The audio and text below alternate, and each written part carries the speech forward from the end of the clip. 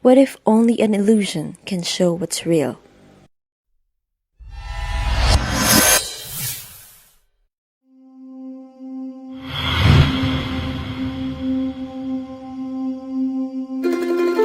Activista began its journey in 2008 with Cinema with a Conscience. Because no film is totally neutral. Every film makes a statement by its choice of subject, by what it says and by what it omits. In this awakening, we wield the power of cinema to move, to soothe, to intimidate, to cajole, to coerce, to seduce, to disturb, and to explore social truths.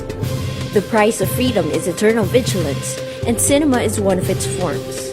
It allows us to move into worlds inside the frames in freedom.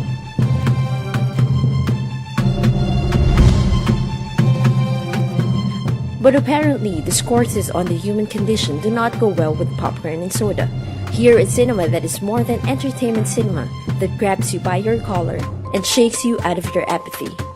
Here we dream of a society that respects, upholds, and values the dignity, rights, and freedom of its people.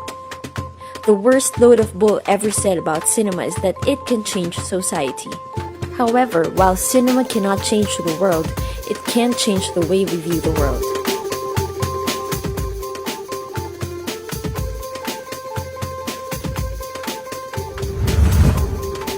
In Activista, we celebrate our freedom to see, our ability to think, our human capacity to be moved, and our will to respond and act. We celebrate how a procession of images can move us to change. This is a festival of films, but the truths in these films give us a little reason to be festive. Here is cinema that frees images from limited dimensions, scattering it to 1,000 eyes, inviting us to submerge ourselves deeper into the truths in these projections.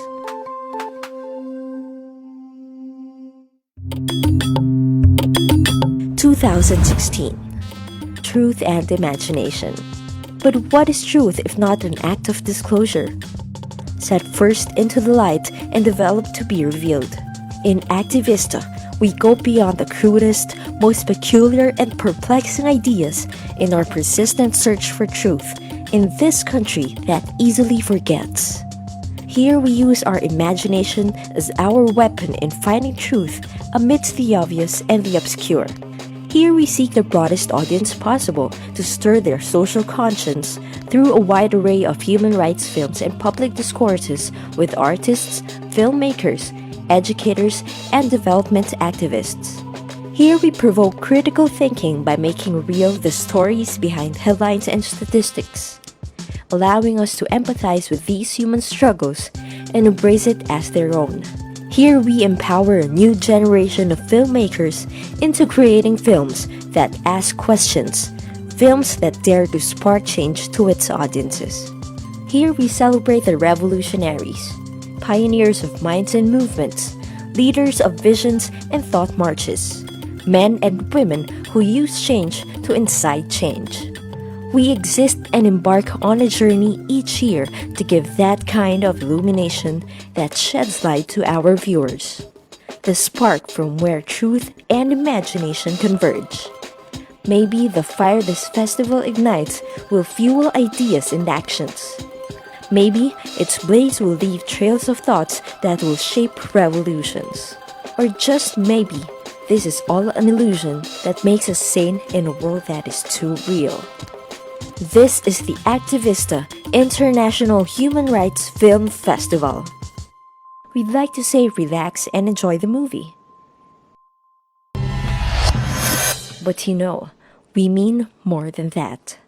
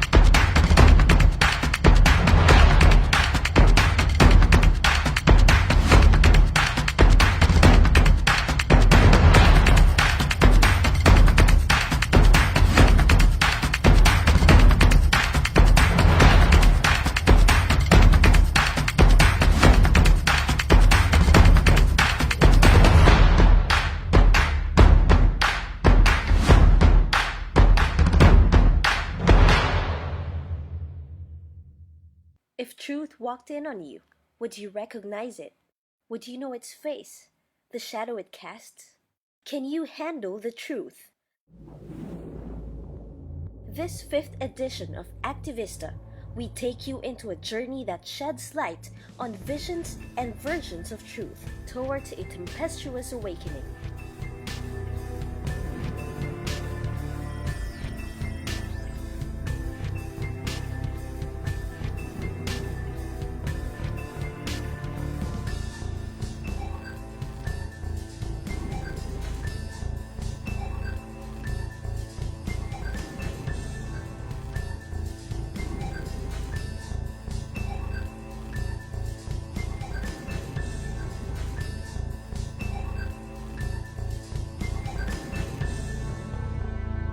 Activista Human Rights Festival, Truth Awakening.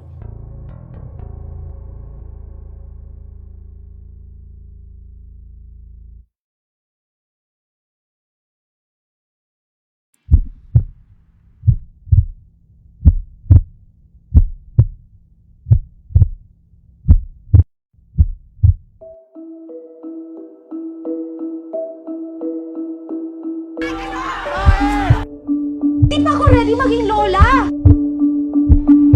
Ignore.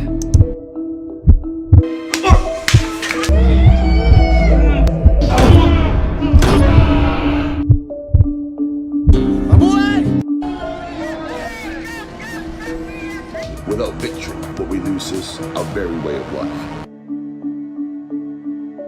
Matigas ang ulo. Patayin talaga.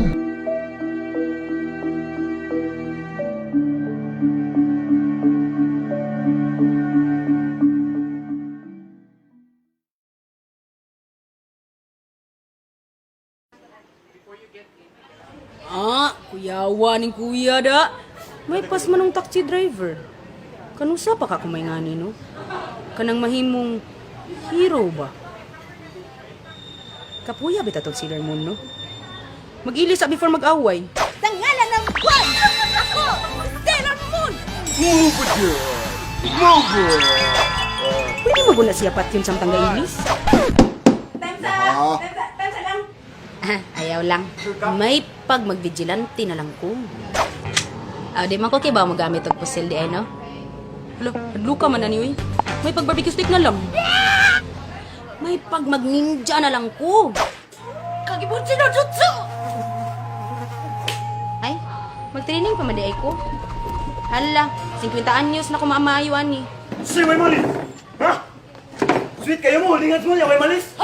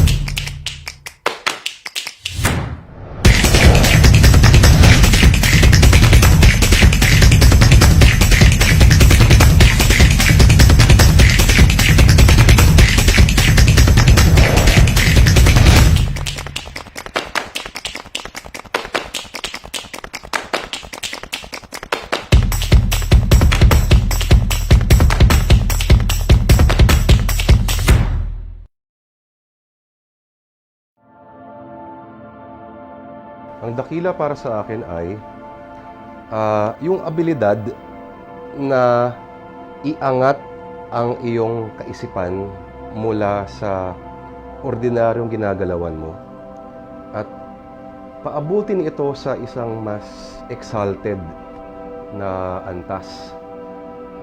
I always tell this to people that dakila is a way of life, and it takes a lot of guts and it takes a lot of courage to stand beyond your principles and to really, live to it. At may levels yan may levels of sacrifice. Yung simpleng pag-volunteer sa mga advocacy, yung mag-isip tungkol sa society, Kung paano pagandahin yung komunidad. Parang naging revolutionary act na siya eh. Kunyari, ang trabaho mo lang sa buong buhay mo ay magpako lang, martilyo lang ng pako. Pero, pag binuhos mo ang iyong buong kaluluwa, ang iyong buong kaisipan, ang iyong buong pagkatao doon sa isang pako ngayon, nagiging dasal siya eh. Sa akin yun ang dakila. That's what Dakila is all about. Just doing what's needed to be done in your own way, no matter how small. If we want to voice out to the evils of society alone, it seems impossible. You know, parang gusto mo nang kakampi to have a better future. Nagagawa natin mga dapat gawin para sa bayan, para sa kapwa Pilipino, pero hindi natin binibitawan na magiging masaya. So, okay na ako dito sa Dakila.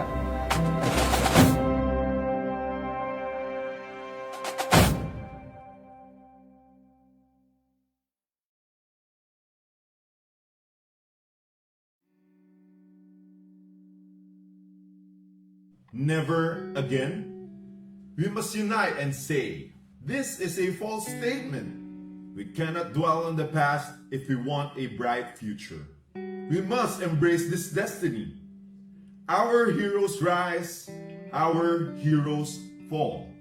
What we must remember is that the people of the Philippines are nothing without strong leaders who are the true heroes. We must also celebrate those grand edifices, riches, and legacies. History should not only commemorate the faults and the tragedies, but also learn from only what is considered good. We must not be limited by people power and human rights. We must work hard and embrace how to achieve true progress and change.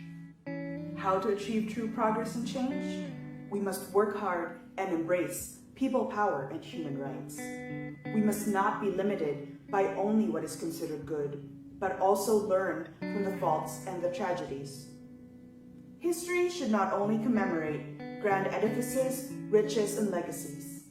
We must also celebrate those who are the true heroes. Strong leaders are nothing without the people of the Philippines. What we must remember is that our heroes fall, our heroes rise. We must embrace this destiny. We cannot dwell on the past if we want a bright future. This is a false statement. We must unite and say, never again.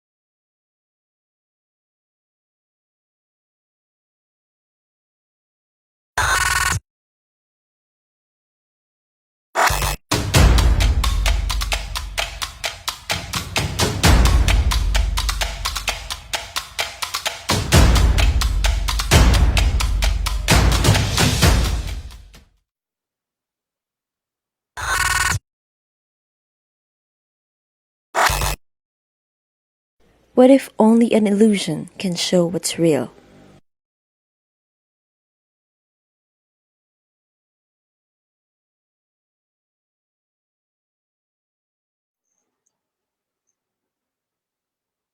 Hi, welcome everyone to the opening of the 8th Active Vista International Human Rights Festival. May we all take this time for our Philippine national anthem.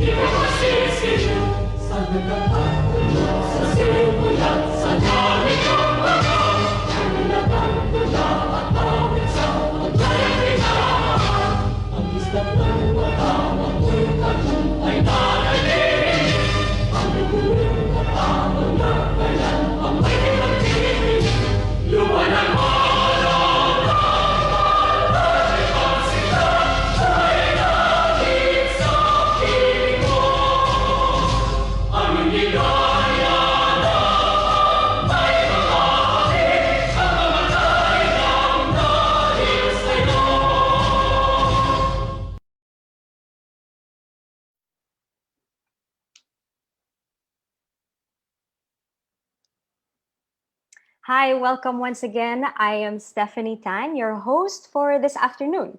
The Active Vista International Human Rights Festival is presented by Dakila through its Active Vista Center. Dakila Philippine Collective for Modern Heroism is an organization of artists, cultural and development activists, students, young professionals, and individuals, creatively building a movement of heroism towards social transformation. It was founded in 2005 by multi-awarded writer Lourdes de Vera, musician Noel Cabangon, actor Ronnie Lazaro, parokya ni Edgar bassist Buhawi Meneses, and comedian Tado Jimenez. Activista Center is an institution established by Dakila. It facilitates the learning process of empowering citizens to become agents of social change. The Activista International Human Rights Festival is an annual event that celebrates rights, freedoms, and dignity held on the Martial Law Anniversary Commemoration Week in the Philippines. So it brings attention to stories of human struggles through a plethora of films, exhibits, performances, forums, and events aimed to engage the public in discourse and conversations on important social issues, and to develop a critical citizenry that supports initiatives for the promotion of human rights and democracy. Now, to formally open our festival, may I call on the president of Dakila Philippine Collective for Modern Heroism for his opening message. Let's welcome Mr. Lourdes Ernest de Vera.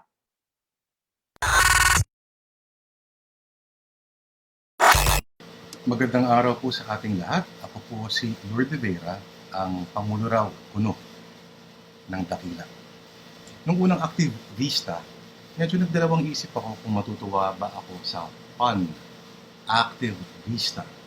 Sounds like Activista, napakasate lang, ano? Pero habang tumatagal, na-appreciate ko ang pangalan. Active, aktibo, masigasig, mabisa. Vista, umiiral na kaisipan at pag-unawa. Ika-8 taon ako ng festival. At ito pa rin kami, umapalag sa pamamagitan ng pagprograma ng mga mahuhusay na pelikula tungkol sa karapatang pantao. Kahit na may pandemya, siguro kailangang igiit, lalo na dahil may pandemya. Bakit nga ba pelikula? Sabi dati ng isang dakilang direktor, pareho daw ang cinema at ang simbahan. Dahil ito yung mga lugar na pinupuntahan natin para makibahagi sa isang common experience. Pero ang common experience natin ngayon ay ang pasukin ang mga kakaibang kwento at mundo na pinapanood natin sa mga maliliit na screen dahil nakakulong tayo sa bahay. Pero marami tayong natuklasan tungkol sa ating mga sarili. Ang mga pelikulang mapapanood po ninyo ay may mga mahalagang sinasabi tungkol sa lipunan. Dahil sa ang pagpuna sa mga mali ng lipunan sa huli ay isang gawain ng pag-asa. At kung tutuusin, ang pananahimik ay isang sinikal na gawain. Sa kasalukuyang konteksto, ang mga numerong 2020 ay aalalahanin natin bilang taon ng sakit, kamatayan, kapabayaan. Pero kami dito sa Dakila, kahit laging ngaw-ngaw sa mga problema sa ating bansa, ay mga eternal na optimista. Kaya, pipiliin namin ituring ang 2020 hindi bilang isang buwisit na numero, isang malas na taon, kundi ang 2020 bilang perfect vision. Talas ang mata, natanaw ang lahat. Isang mapagpalayang panonood po. Welcome po sa Active Vista 2020.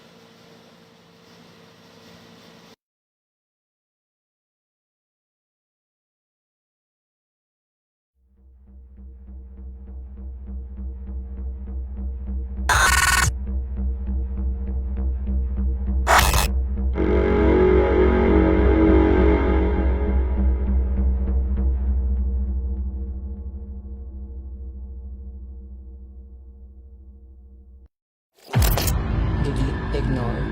Delete, ignore. Delete, ignore. Delete. The Philippine leader has faced criticism for launching a drug war in his country. It's scary if these people are brought to power again.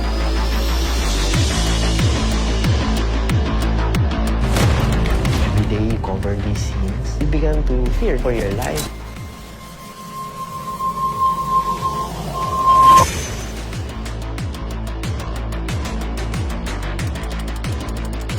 My campaign against drugs will not stop. Nobody can stop me.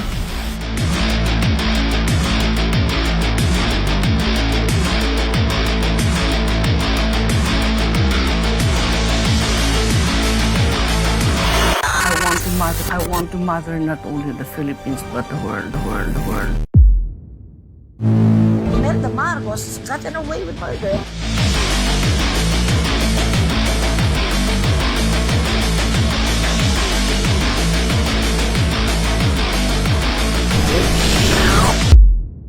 The danger is that we might lose democracy because we're willing to give it up.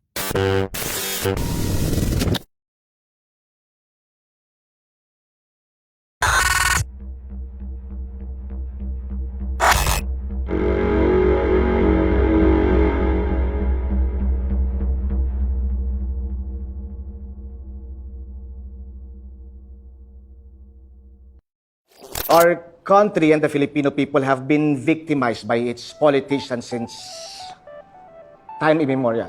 Pero ang ikinalulungkot ko, yung hindi na tayo natuto.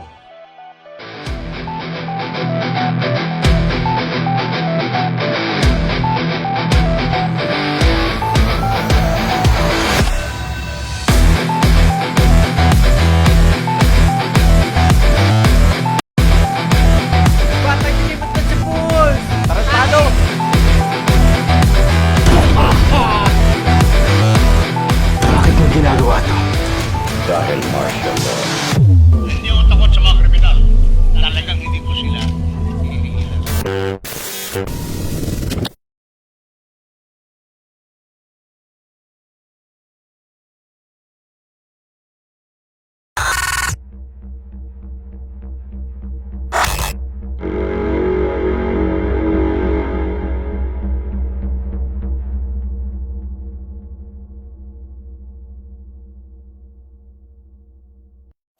Sequence 14, shot 1, take 1.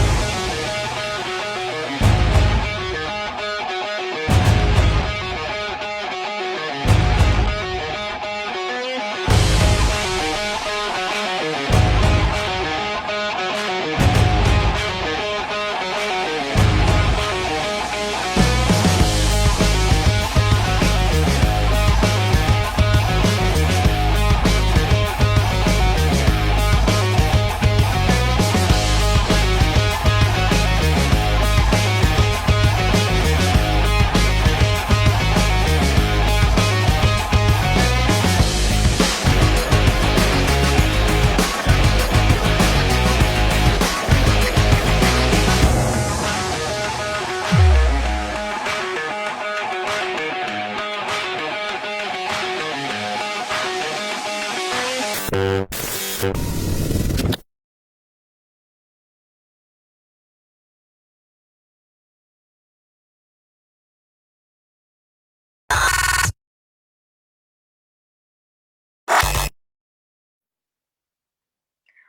maraming salamat, Lourdes, for opening our 8th Activista International Human Rights Festival. Well, of course, despite the current context of the pandemic and the worsening human rights situation in the Philippines, the festival perseveres to pursue its mission by holding its 8th edition online this September 19 to 27 on virtual streaming platforms, on social media, in meeting rooms, and in spaces where communities gather to foster deepened connections, cultivate creative action, and nurture transformative ideas to make meaningful change happen. Today is the first of 4 forums of the festival's Viewpoints section.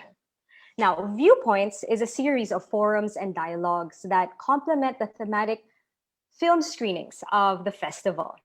So here, issues are presented and dissected through the lens of various voices, allowing the audience to participate in dynamic ways of seeing the narratives in the broader societal context and perspectives, and in the moving images that project truths on the important global issues. Today's forum has come together through the generous collaborations of our speakers, reactors, as well as through the support of Movies That Matter and the Taiwan Foundation for Democracy. So thank you to them. This afternoon, we'll be talking about A State of Terror. And this forum complements our screening of On the President's Orders, directed by James Jones and Olivier Sarbil. So we invite you to watch these films and the rest of the films, 20 feature length and 20 short films lined up for this year's festival. For more information, you may log on to the Facebook page of Activista as well as Dakila for the full festival lineup. Now, a few housekeeping guidelines, okay, before we begin our forum. So I get to see that there are a lot of people who are joining us today. And of course, for those who are here with us on the webinar room, please send in your questions. So you see that there is a Q&A box, and that one only allows us to see your questions right away, okay? And allows the speakers to answer them live or type their answers to your questions. Now, for comments, insights, and shoutouts, you can leave those in the chat box. So you can just look for all of those buttons here below on your screen. Okay, so the forum is also live streamed on Facebook. So you can leave your comments, of course, on our Facebook stream as well, okay? And please, so join us in tweeting your thoughts and insights all throughout this whole time, okay? We can use hashtags walang pipikit, tapos hashtag Activista, hashtag AVIHRF 2020, and the hashtag uphold human rights. All right, so I hope you get to join us and just tag us, and we do for sure want to hear all of your thoughts and insights. So very exciting. Our forum will be moderated by a human rights lawyer specializing in indigenous people's rights and extrajudicial killings. He obtained a Juris Doctor degree from the Ateneo Law School and a Master of Laws degree in International Legal Studies with a certificate in International Human Rights Law from the Georgetown University Law Center, all right, all the way in DC in the US. He worked at the Legal Rights and Natural Resources Center as their legal coordinator, but currently he is the Southeast Asia researcher and representative for the Business and Human Rights Resource Center. Of course, he is also known as the lyricist and vocalist of the rock band Dicta License. Their music, of course, is known to be founded on human rights and social issues. So, ladies and gentlemen, please join me in welcoming Attorney Pochoy Labog.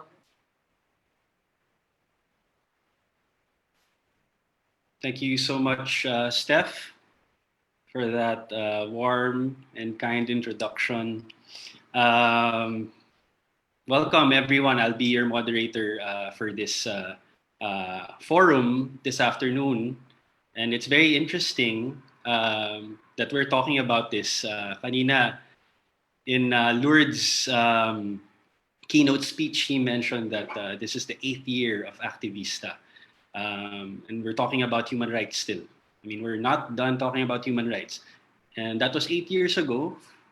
Fast forward to now, we're still talking about human rights in a different context. A very, very, the context is there's a pandemic going on.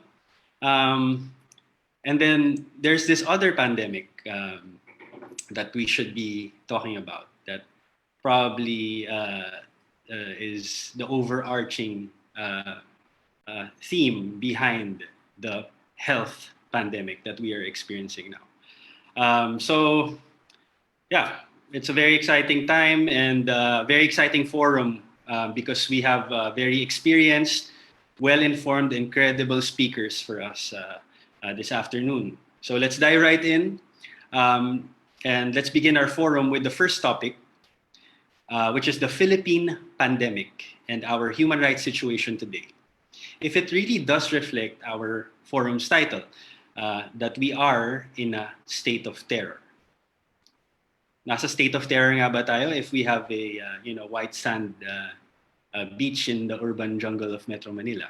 So that's a good question to ask. For our first speaker, allow me to introduce the Philippine researcher for Human Rights Watch's Asia Division. Before joining Human Rights Watch, he has worked as a journalist for 20 years, nearly half of that time as the freelance correspondent in Manila for the New York Times and the International Herald Tribune. Prior to that, he worked as a reporter and editor for various publications in the Philippines. His work, much of it about politics and on such issues as human rights, the communist and Islamic insurgencies, terrorism, and labor migration, has appeared in several publications in the Philippines and abroad. He has been a fellow at the Philippine Center for Investigative Journalism and the Center for Media Freedom and Responsibility, both based in Manila. He was also a Jefferson Fellow at the East-West Center of the University of Hawaii, where he tackled issues on peace, conflict, and terrorism in the Philippines. Let's have a virtual welcome to Mr. Carlos Conde. Thank you, Pochoy. Thank you for that generous introduction. And thank you to Activista and Dakila for inviting me here today to take part in the launching of the film festival. This is something that is very close personally to my heart, and my organization is very much interested in what's going to be, what's going to happen in the next few days during the festival. So now I've been tasked to talk about the pandemic, the human rights aspect of the pandemic, and also to try to situate the current human rights situation in the Philippines in terms of, internationally, in terms of the search for accountability for the human rights abuses that we've seen in the past 4 or so years. Perhaps it's not an accident that in a few days, or in fact in 2 days, we will be commemorating the declaration of martial law in the Philippines. I think this is very appropriate. I mean, given appropriate in a dark sense, I suppose, because much of what we are seeing right now in the Philippines, much of what has happened since President Duterte came to power in 2016, is rooted in the martial law years, and even before that, at the start of the dictatorship of Ferdinand Marcos. And the Marcos regime pretty much defined our notions of, and our perspectives of human rights today. And there was a lot of struggle against Marcos. The communist movement grew out of that struggle. The left movement in the Philippines, the Social Democrats, everybody, every color of the progressive movement got its moorings from the Marcos dictatorship, and specifically during martial law. And we thought all of that ended in 1986 after the EDSA People Power, quote unquote, revolution. We thought that that uprising was the dawn of a new day for the Philippines, that it would be, it was a moment where Filipinos can finally get rid of the shackles that the Marcos dictatorship put on them for years and years and years. But we have never really vanquished the virus of tyranny in this country.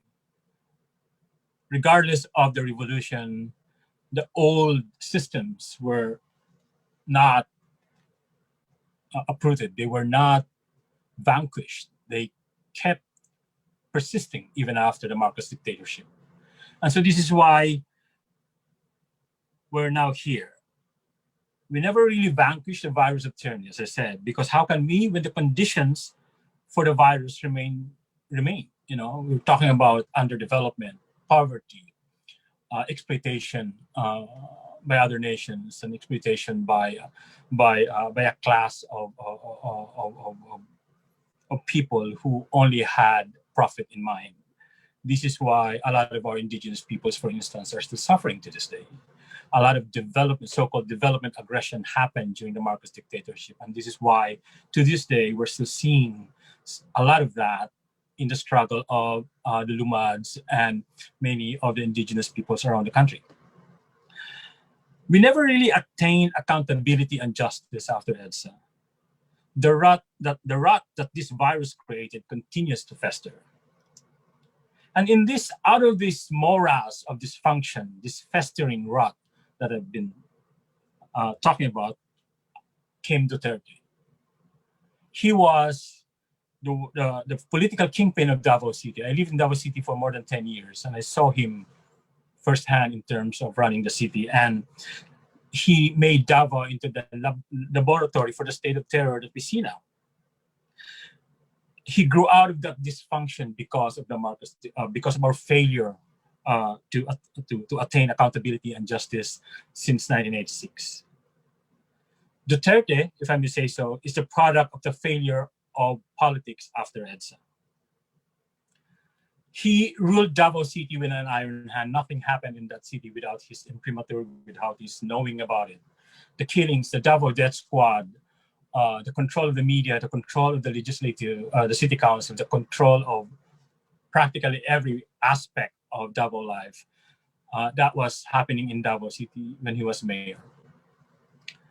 And the only way he could really control the city was through violence. And here he started, although I have to say that death squads or political violence is not something that Duterte created. It happened even before him. If you remember, in Manila, there was Mayor Arsenio Lacson, who was notorious for running after criminals, and then Alfredo Lim, the now departed Alfredo Lim, using pretty much the same methods. But none of these people, none of these leaders have done it in a way that Duterte did since 2016 in the Philippines, and even before that in Davao City. What makes the violence in Davao and what makes the violence that we see now in the Philippines more chilling is the fact that people accepted it. It's not as if it's so different during Marcos or the martial law years, because we knew that it was martial law. We knew that it was a dictatorship, and so people were surreptitious about their activities. They went underground.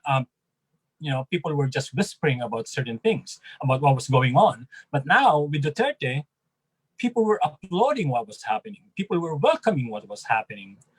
People were saying that this is something that the country needed to happen.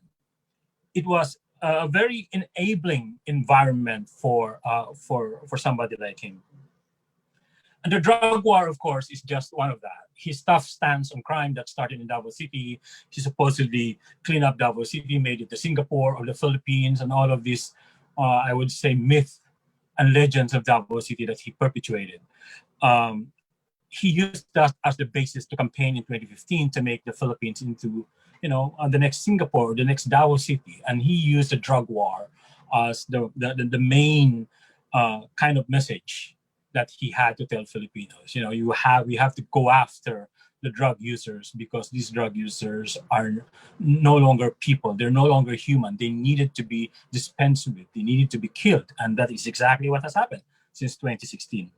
And this has made him so popular that even today, his popularity is so extremely high that people are in other countries are just wondering, just perplexed by all of that.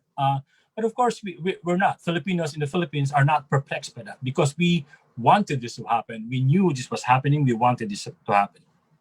And really, with the drug war killing going on and with all of this, political intrigues happening, with Duterte being so charismatic and charming in his even in his late night speeches, people were just so distracted, and two, fearful because of the death squad.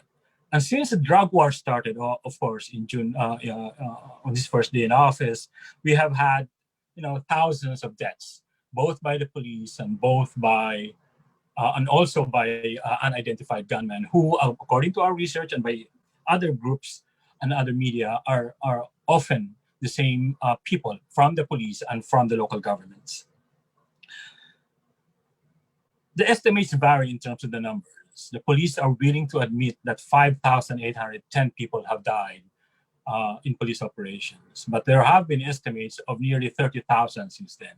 Nobody really knows because the only source for figures right now is the police and the PDEA and what they call the real numbers.ph, which is, to us, is just a propaganda movement, a propaganda campaign by the government to try to manipulate the statistics and the message around the drug war. But not only that, from the drug users themselves, the campaign of violence expanded to include now critics, journalists, media companies, and then environmentalists, activists, peasant leaders, indigenous peoples, LUMADs, legal professionals, practically every sector in our society who or that can check the abuse of power of those of the government have been compromised, have been targeted by the violence. We have seen the phenomenon of red tagging against leftists. I mean, in fact, not just even against leftists, but also practically everybody who dares to criticize this government are being called communists. And being called a communist in this country can be quite fatal. And this is one of the notorious aspects of the human rights situation in the Philippines right now that is exploding. Because what we're seeing right now is not just an intensifying campaign, because the campaign against the drug war, against drug users is continuing.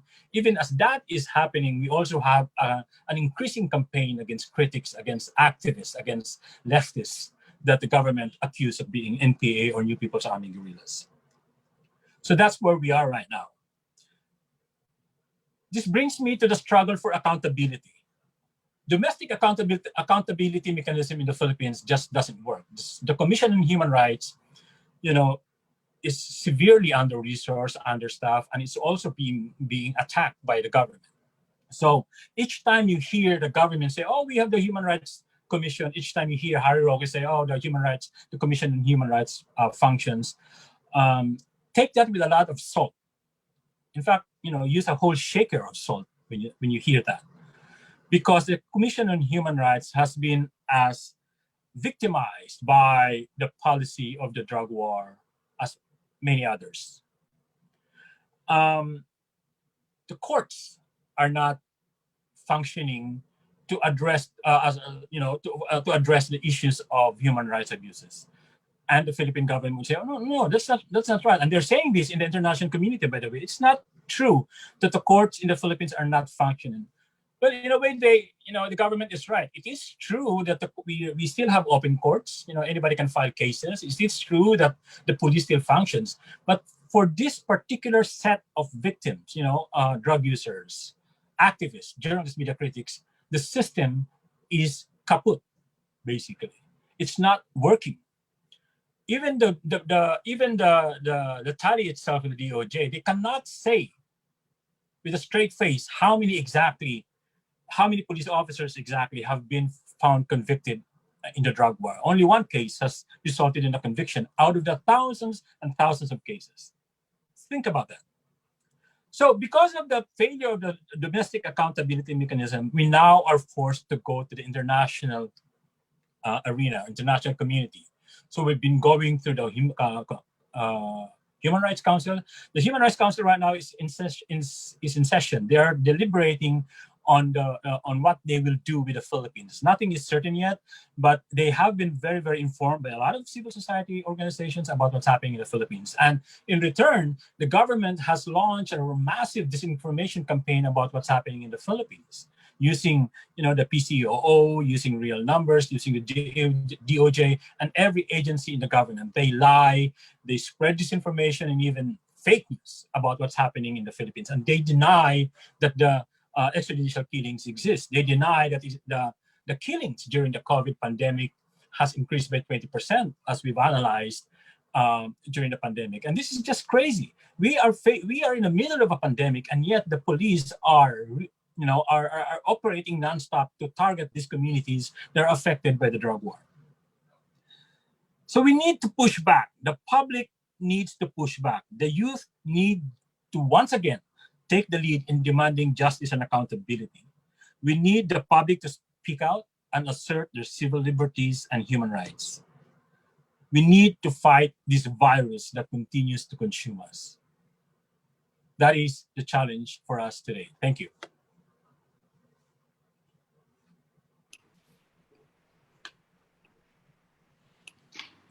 Thank you so much, Sir Caloy, for your talk. Yes, thank you for describing this this state that our country is in. I made a joke a while ago saying that, oh, we have this white sand, Sentosa type of beach in Manila, and all these government projects supposedly. But there is this real problem that we are facing in terms of our rights as people, and that narrative is being countered. So thank you for constantly joining forums and constantly speaking out and painting the real picture. I mean, you don't even have to paint it; it's real. You discussed the history of this, the roots of this problem, and and I hear this a lot, that this regime, Duterte in particular, is a product of the failures of the past. You're right, and sabi nga, he's the embodiment of the frustration of the Filipino. And if you're frustrated, you're super frustrated, you would resort to extreme measures. And those extreme measures are being applauded, are being supported, sadly. Even, very alarming statements like drug addicts are subhuman, those, reminiscent of, the rhetoric of in Nazi Germany. And that's accepted in society now. Those thoughts, when before that wasn't really a thing. Maybe it was, we don't know. I would like to think that it wasn't, but yeah, and I think it's really a product of the frustrations of the past. And it's also good that you pointed out that yes, this was done before by Marcos and even local governments. This very strongman approach to security. But yes, Duterte is quite unique in that he is very loved. His charisma, and that ties into the whole frustration narrative, right? Because Filipinos are looking for this savior. Democracy doesn't work. They look to this strongman who will provide all the answers for them. I say them, but we're included in that.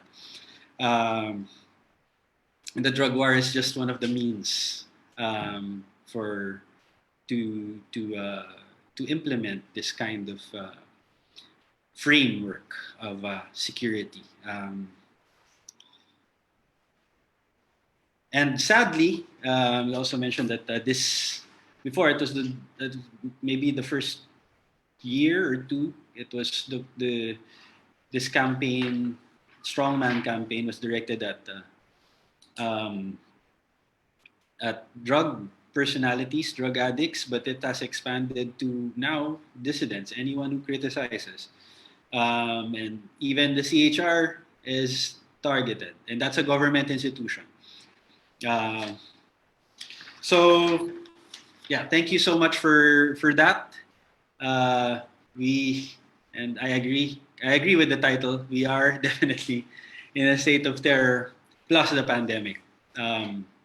So we'll now move on and dive in to our next topic, which will be discussed by someone who, I guess, who has seen it all, who has seen it from the ground. The implementation of this framework of violence, I would say. Now, this violence has, of course, disproportionately affected the Philippine populace. As a human rights lawyer, human rights advocate, I am very much afraid. I have that feeling, but of course we press on. But the effects of this drug war campaign, this war against terrorism, is disproportionately applied, and it usually affects tremendously the marginalized. They get hit the hardest, especially when their voices remain unheard. Their faces are kept unseen and listed only as numbers and as statistics. So here to show us the faces, the hearts, and the humanity of the Filipinos affected by our nation, which is at war, quote unquote, is a freelance photojournalist based in Manila. So for 12 years, he worked as a staff photographer for the Philippine Daily Inquirer, covering the daily news beat in Metro Manila. He has recently shifted into working independently to focus on his documentation of the Philippines' war on drugs. His most well-known photo is of drug war victim Michael Sharon, a pedicab driver and urban slum dweller who was shot dead on July 23, 2016. It was featured on the front page of the Philippine Daily Inquirer and news outlets around the world. It provoked an outpouring of sympathy and outrage about the drug war from different segments of Philippine society, as well as vilification from the president, who described it as melodramatic during his first State of the Nation address. Ito yung the Pieta, well-known around the world. So he has been exhibiting his photographs and giving talks in different parts of the Philippines and the world to help disseminate to a broader audience the realities of the drug war in our country. So please give a warm virtual welcome to Mr. Rafi Lerma.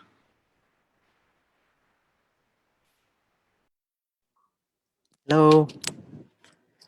Thank you sa Activista. Thank you sa Dakila for inviting me. And thank you rin si kay Kaloy for giving a bigger context to what's happening sa country. Tama. I mean, this is the result of the failures since people power. But I will, before I start, mag-share kasi ako ng presentation. Ngayon ko lang ito gagawin ulit, I mean, for quite some time because usually I present this at sa mga schools, sa forums. But online, medyo naninibago ako. But I will try to present it as best I can. So, saglit lang.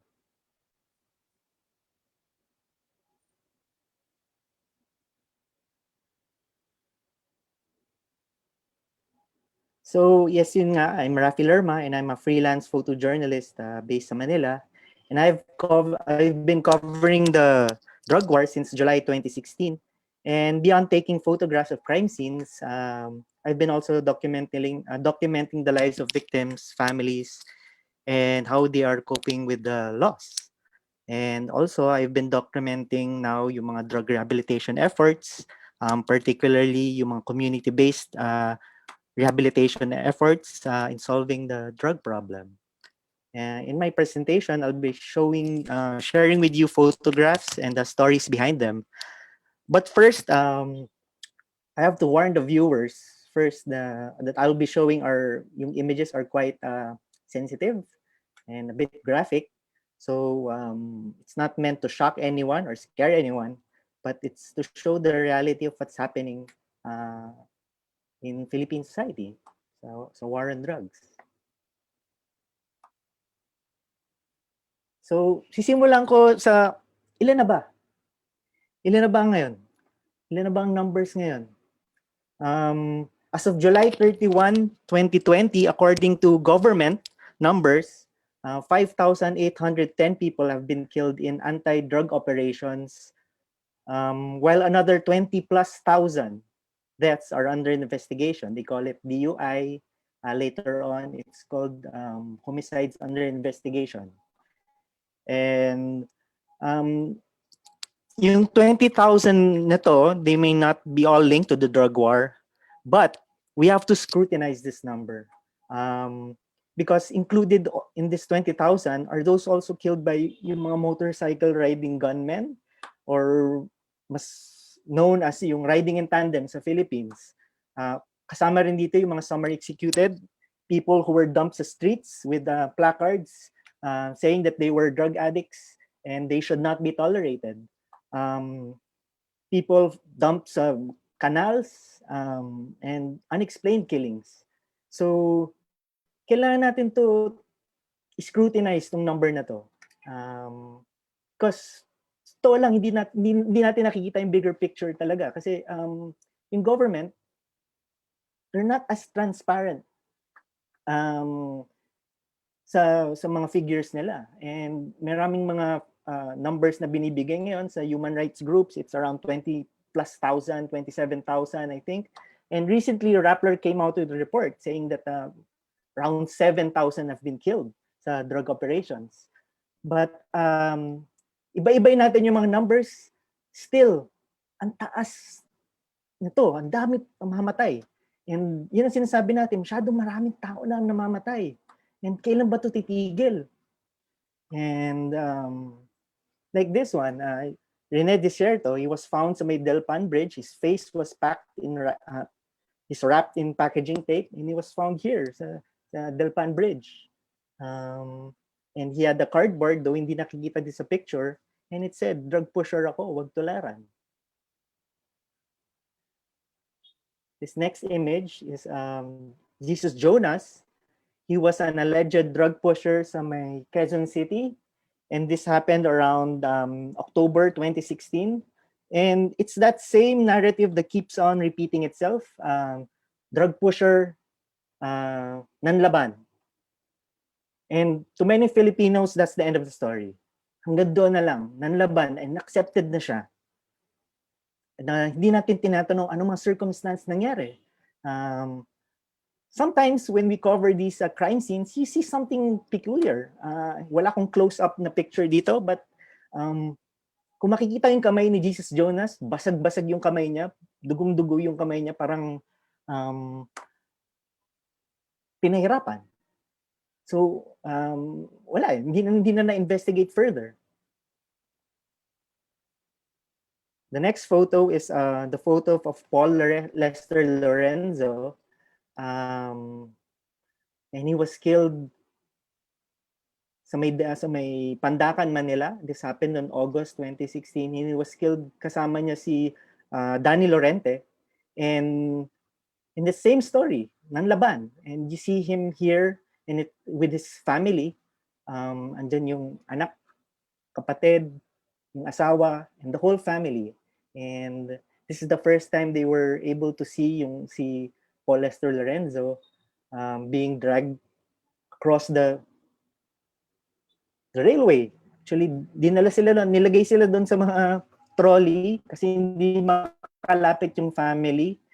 At ito yung first time nila nakita, and it's sabay-sabay silang umiiyak. I don't have the luxury of video, sound, but I wanted to portray, I wanted people to see, ma-feel yung iyak ng family members, how they were grieving that time. And they kept repeating on themselves that, Tay. And I remember one of my colleagues, he was very new sa industry as a photojournalist, and he kept repeating to himself, I'm sorry for my language, but he was saying, putang ina. At nadadala na siya masyado sa nakikita niya. And there was certain, kinailangan ko na siya batukan na, uy, gising na, trabaho tayo. And some nights, there are no bodies found. But most nights, there are at least 1, 2, 5, 10, and the most was 32 in one night.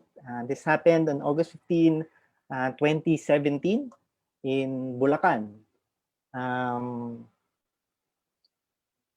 The following day, the president was asked about the 32 who were killed, and he said, maganda yun. Dapat ganyang karami ang napapatay so we could rid what ails the society. And true enough, that night, 26 people were killed in Metro Manila. And the following day, another 24 were killed in what was the bloodiest week of the drug war. More than 80 people were killed in the span of 3 days.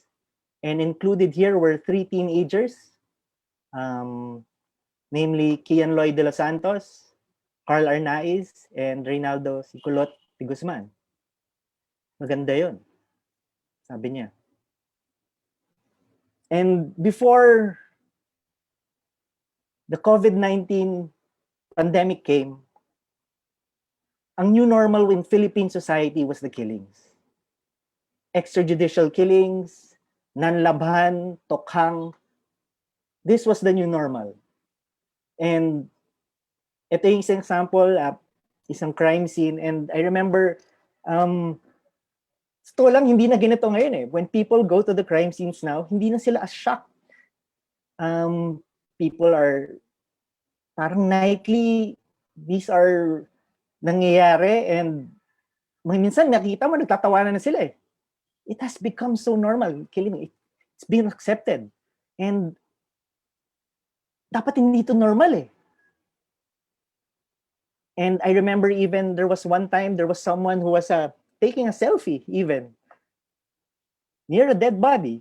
And I remember, I snapped. Kinonfront ko sila, sinabi ko, nakakatawa ba to? Nakakatawa ba to? This was one of the first crime scenes I've been through. Tatlong alleged drug pusher pinatay sa may Pandakan din, sa may Manila. And natatandaan ko yung mga kapitbahay. At kinukunan sila ng litrato, pinapipestahan yung patay, and they were saying, utangin na mo, hayop ka, buti nga sa'yo.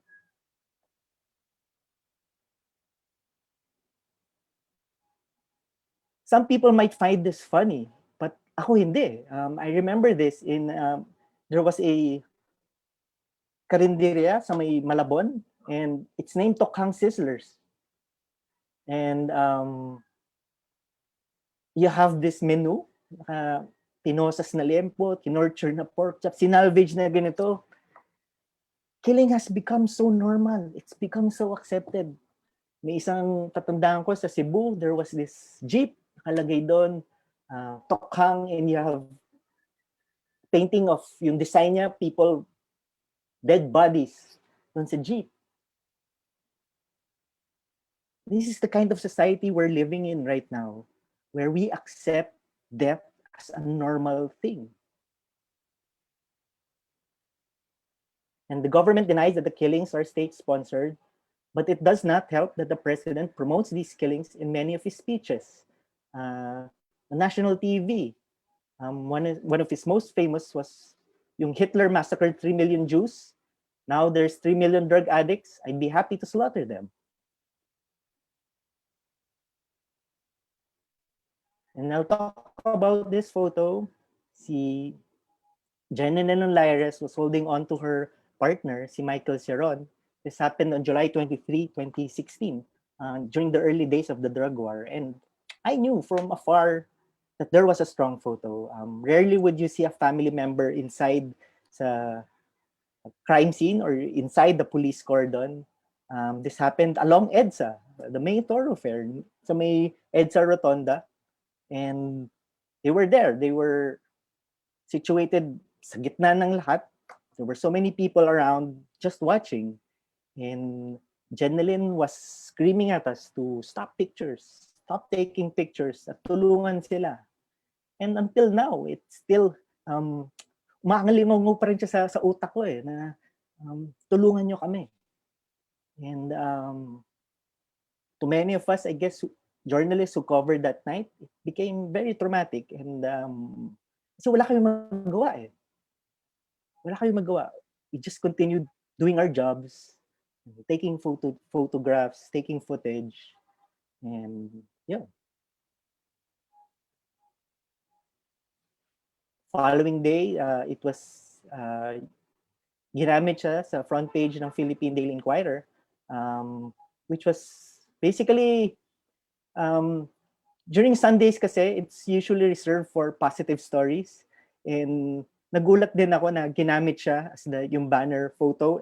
Tapos itong powerful na headline, "Church Thou Shall Not Kill," and the photo became viral.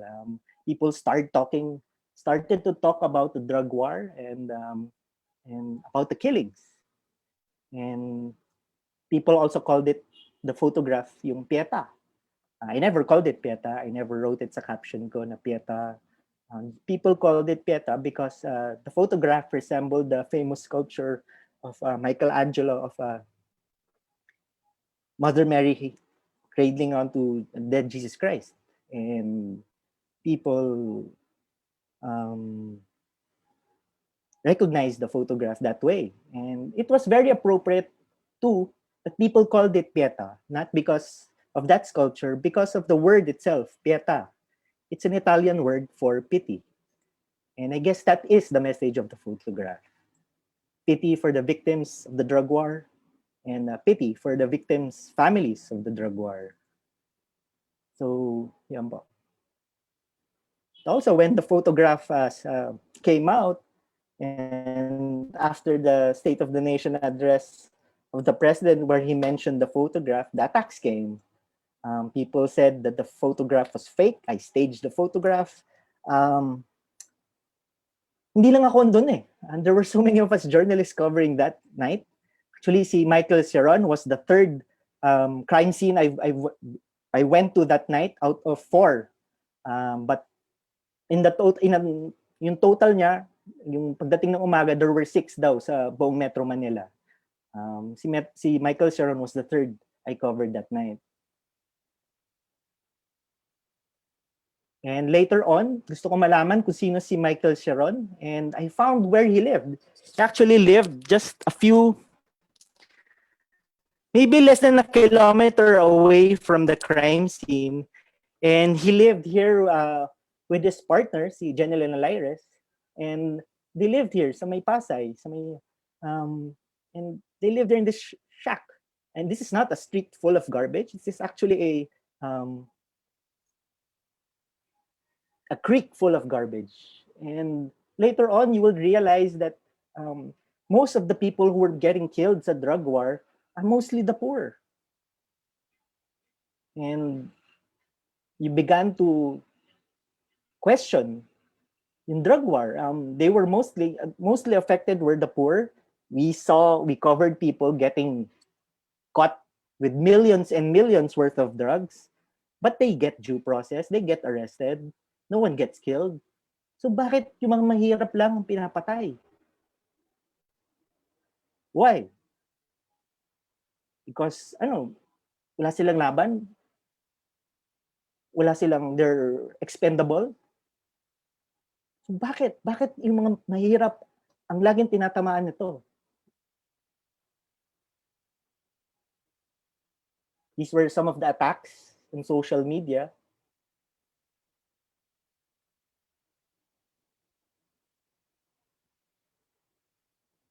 I don't know if I have much time, so but if I will continue, this video is quite graphic, so please bear with me. Nakuha lang namin tong audio recording na to from one of the victims ng drug war.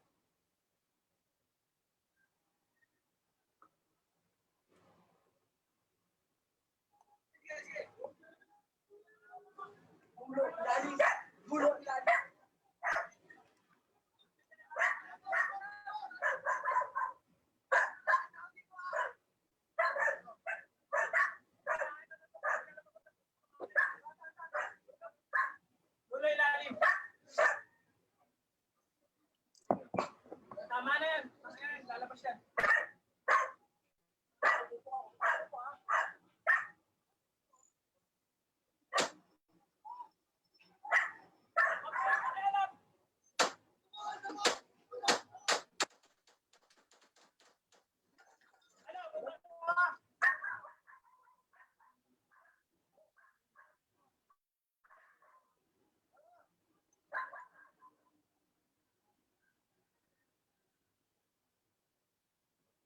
Suko na ako. Clearly, narinig natin yon.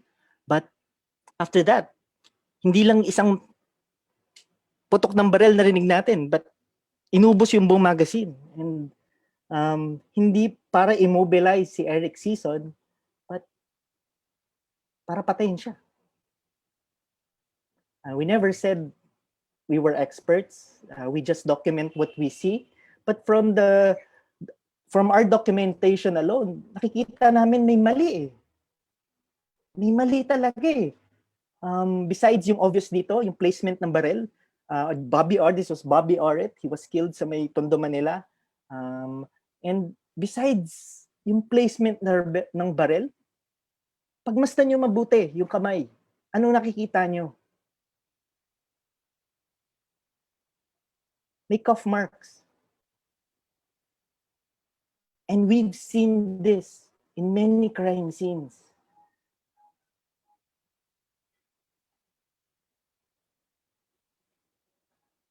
I could go on and share many more stories, but di ko alam kung may time pa ako, but itong i-share ko na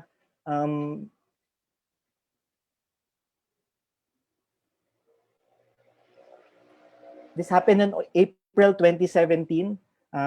Kasama namin yung Commission on Human Rights during a surprise jail visit sa Drug Enforcement Unit ng Raksabago Tondo, Station 1 ng Manila. And because of a tip, they said that there was a secret jail facility behind a bookshelf. And when we came there, dininay ng police chief, ng police commander na meron such facility. At yung nakita namin yung bookshelf, may sumigaw sa Commission on Human Rights na may tao dito. And I remember from behind the bookshelf, may narinig kami boses. May narinig kami nagsalita, may tao dito. And true enough, there were people inside. 12, 13 people inside. It was 1 meter by 5 meters. Men and women were inside this secret jail facility. And some of them, inamin nila that they were into drugs. Some of them, inamin nila that nagbebenta sila ng drugs. Pero ang mas nabahala kami, since sinasabi ng iba dito na it's been their second, third time inside. They will get caught for drugs. They will be extorted for money, 50,000, 100,000, 200,000 worth of yung tubos nila, and binabalik rin sila sa streets. And paano natin masolve tong drug problem? Kung mismong mga taong inaasahan natin magpatupad ng batas, ang sila mismong pasama sa problema ng droga.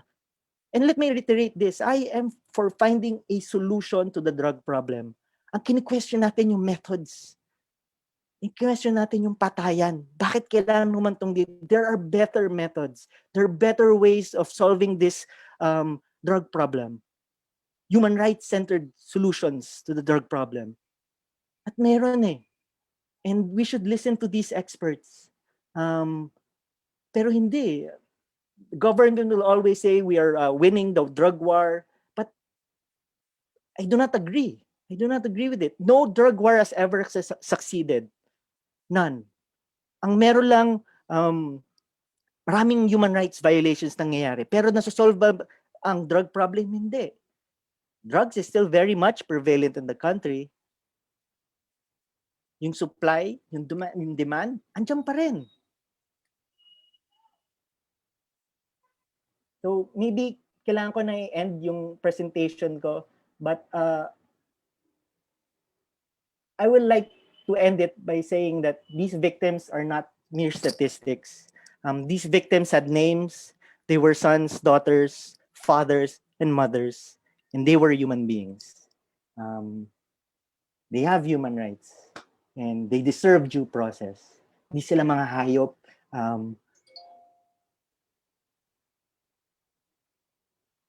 Yun lang po. Salamat. Thank you so much, Rafi, for your sharing. It was very tough. I know I've seen these photos before, but it's still very hard to view them. And I just want to say that I want to give you thanks for you are a witness, man, and you are a truth teller. I can't imagine the emotional and psychological toll that you are carrying in doing this type of work. But thank you for exposing these issues and these problems that are happening in our country, and we are behind you, sir. Salamat. So yeah, that's tough to move on from that, but you have to move forward, and we are delighted because someone from our very legislature will speak for us this afternoon on our next topic, and it delves into the policies, laws, and infrastructure that allows our state to continue on like this, acting as if our nation is constantly at war. It seems like this administration has a fetish on war. War on drugs, war on terrorism, war on coronavirus. It's really the war narrative that's being propagated all the time. And who better to shed light on this infrastructure than Senator Francis Kiko Pangilinan. Today, when it is easier to yield to apathy, cynicism, and resignation, Senator Pangilinan once again puts his trust on ordinary Filipinos to help him fulfill his promise to his daughter that all of us can build a bright future for all our children in a country that is truly of, by, and for the people. Let's welcome Senator Kiko.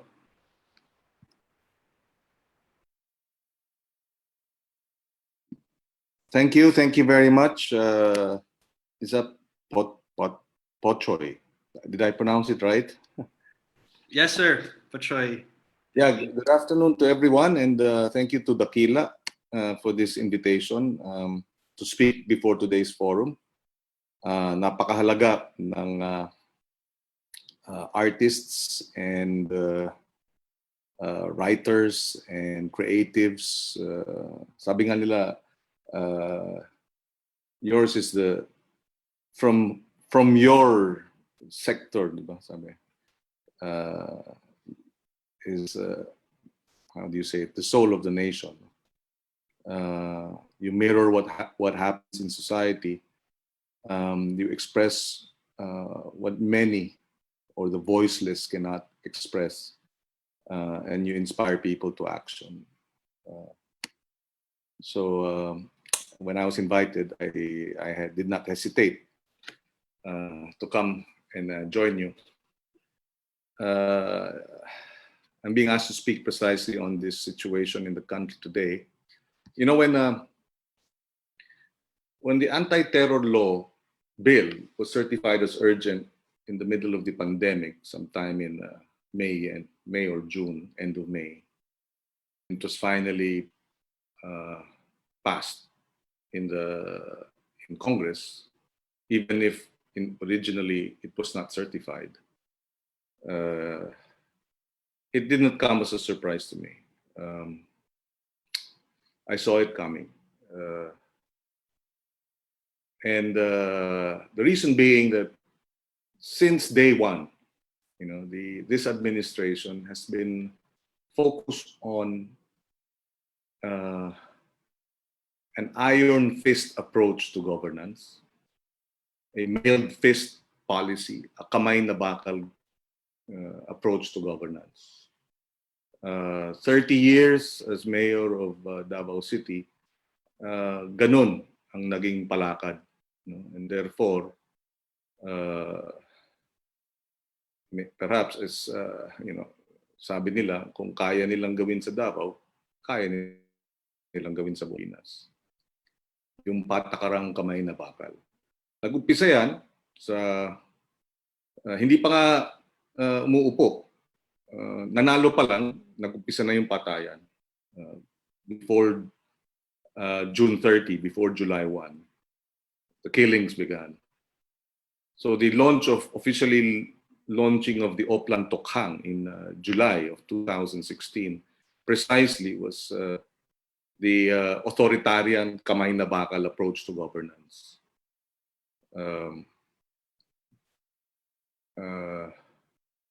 Yet, what has happened? 4 years into the Oplan Tokhang, just a month and a half ago, 5 billion pesos worth of shabu was confiscated or seized by the PNP. Today, I am told, shabu prices are down. Which is to say na nagkalat pa rin. Law of supply and demand. Pag malami ang supply, bagsak ang presyo. Today, after 4 years and 30,000 or more dead, are we anywhere closer to addressing the drug problem? Obviously not. Bilyon-bilyon na halaga na shabu ang napalusot, hindi isang beses, not once, but at least as reported twice sa Bureau of Customs.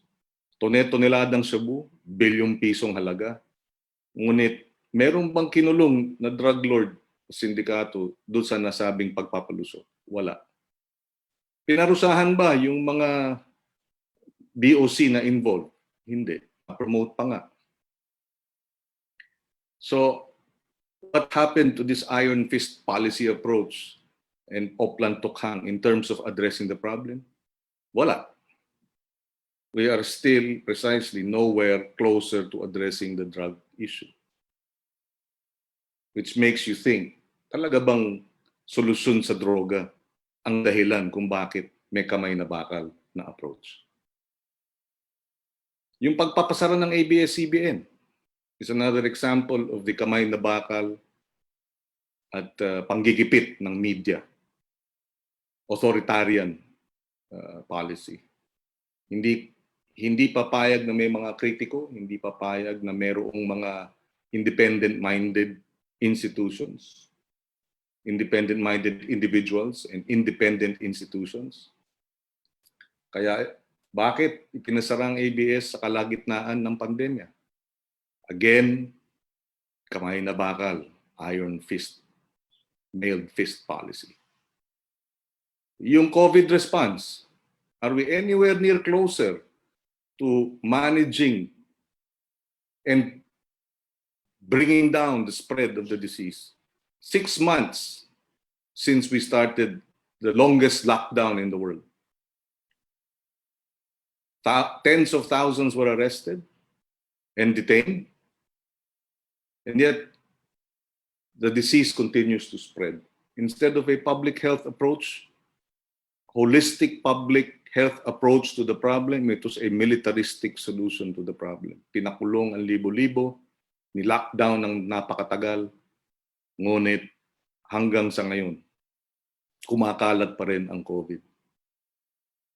At to add insult to injury, yung pangakong anti-corruption, bilyong-bilyong halaga ng health funds sa PhilHealth ay ninanakaw. Tapos overpriced pa ng bilyon ang halaga ng mga testing kits at mga equipment na na-expose sa mga hearing sa Senado.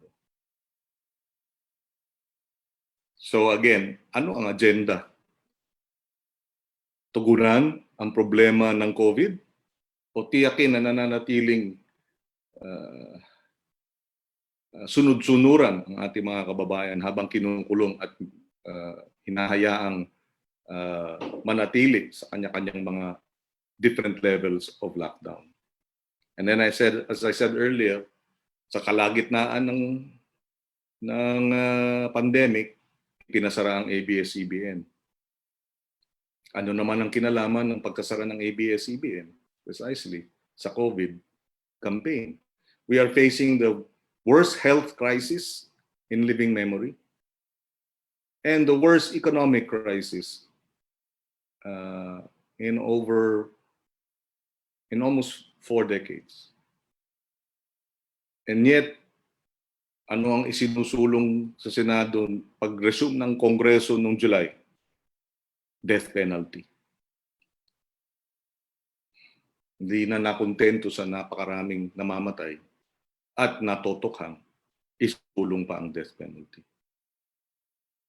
Which is to say, therefore, what is the real agenda of this state of war? If you ask me, the end is not governance or solving the problem of drugs, illegal drugs. The end is also not to solve the problem of the spread of the disease. The ultimate objective is to ensure that an iron grip on power is achieved. And that is the end in itself. That's why hindi naman nare-resolve ang problema ng droga. Hindi nare-resolve ang problema ng pandemya. Ngunit ang maliwanag, nananatiling nakaupo at hawak-hawak ang kapangyarihan, papalawig ang kapangyarihan ng mga nakaupo. That, to my mind, is the reason why we are in a state of war. It is to ensure that the iron grip on power is maintained. And there is a realization that the pandemic has created a lot of disenchantment, a lot of suffering, a lot of joblessness, a lot of anxiety. And that is frightening for someone who wants to continue to hold on to power. The disenchanted millions is a threat. And we all know, history has shown us in many societies, when the tyrant or the authoritarian ruler is threatened, all the more that iron grip on power will be tightened. Which explains why in the last several precisely months, instead of addressing the problem of the pandemic of COVID and the economy, these policies are being pursued. Death penalty, anti-terror law. Tokhang continues to, hindi na nare-report, pero the latest information is that it has increased during the time of the pandemic, the killings, closure of ABS, filing of cases against Maria Ressa and Rappler. But where are we?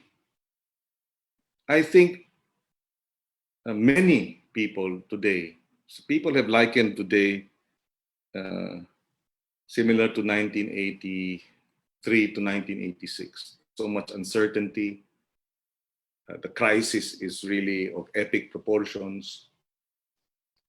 Millions, again, like I said, have lost their jobs. And yet, what have they been seeing? Instead of being assured by government that we will be addressing the fears and the deaths and the illness and the spread of the disease, ang nakikita ng taong bayan ay taliwas dun sa dapat ginagawa ng gobyerno. And I think that has created a lot of questions now being raised, a lot of answers being sought. Bakit? I remember my own political awakening on August 21, 1983, when Ninoy was shot. Before his assassination, I was a 19-year-old college student who didn't care about politics. In fact, I looked at the activists and I felt they had a chip on their shoulder. So because why are they marching in the streets? Isn't martial law supposed to be good for the country? Well, siyempre, yung mga naroon ng mga panahon na yun, naintindihan, hawak ni Marcos ang dyaryo, ang radyo, ang telebisyon, propaganda ang nilalabas.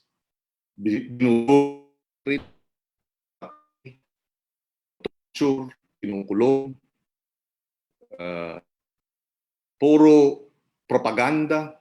Ako, bago binaril si Nino, iniwala talaga nga FM, lumaban sa maraming medalya, lumaban sa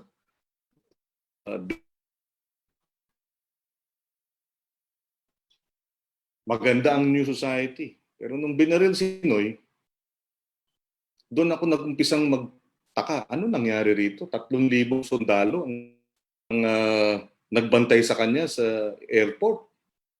Tapos nakalusot yung isang hitman. Hindi pa nga nakakalapag doon sa tarmac. Binaril na sa... Ang galing naman. Hindi ba? But what was the government feeding us? Then, garbage. For 4 days, the newspapers were saying the face of Rolly Galan was on every front page of all the newspapers. And then there was a caption, "Do you know this man?"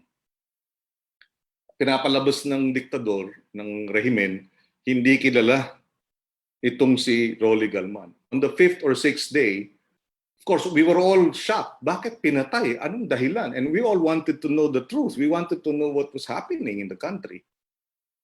And on the 5th or 6th day, the PCINP said, criminal investigation, they found out who he was. It was Rolly Galman, a communist hitman. And ang sabi, paano nila nalalaman? Kasi daw, yung jockey shorts ni Rolly Galman, yung brief niya, nakita nila may burdang pula na Rolly. Yun yung clue. At yung isang ebidensya na tumulong, breakthrough sa kanilang investigasyon. So kami, di ba? Parang puro basura tong sinusubo sa atin ng diktadura. Kalokohan ito. Communist hitman. Paano naman? And then, when he was buried, when Ninoy was brought to the Manila Memorial and was buried, millions came out in the streets. And we saw it with our own eyes, except that it was not covered on radio, on television, in the news, and it was not. It did not appear in the newspaper. So doon pa lang, parang bakit ganun? Ano tinatago ng diktador? Bakit ayaw palabasin, hindi nire-report yung katotohanan?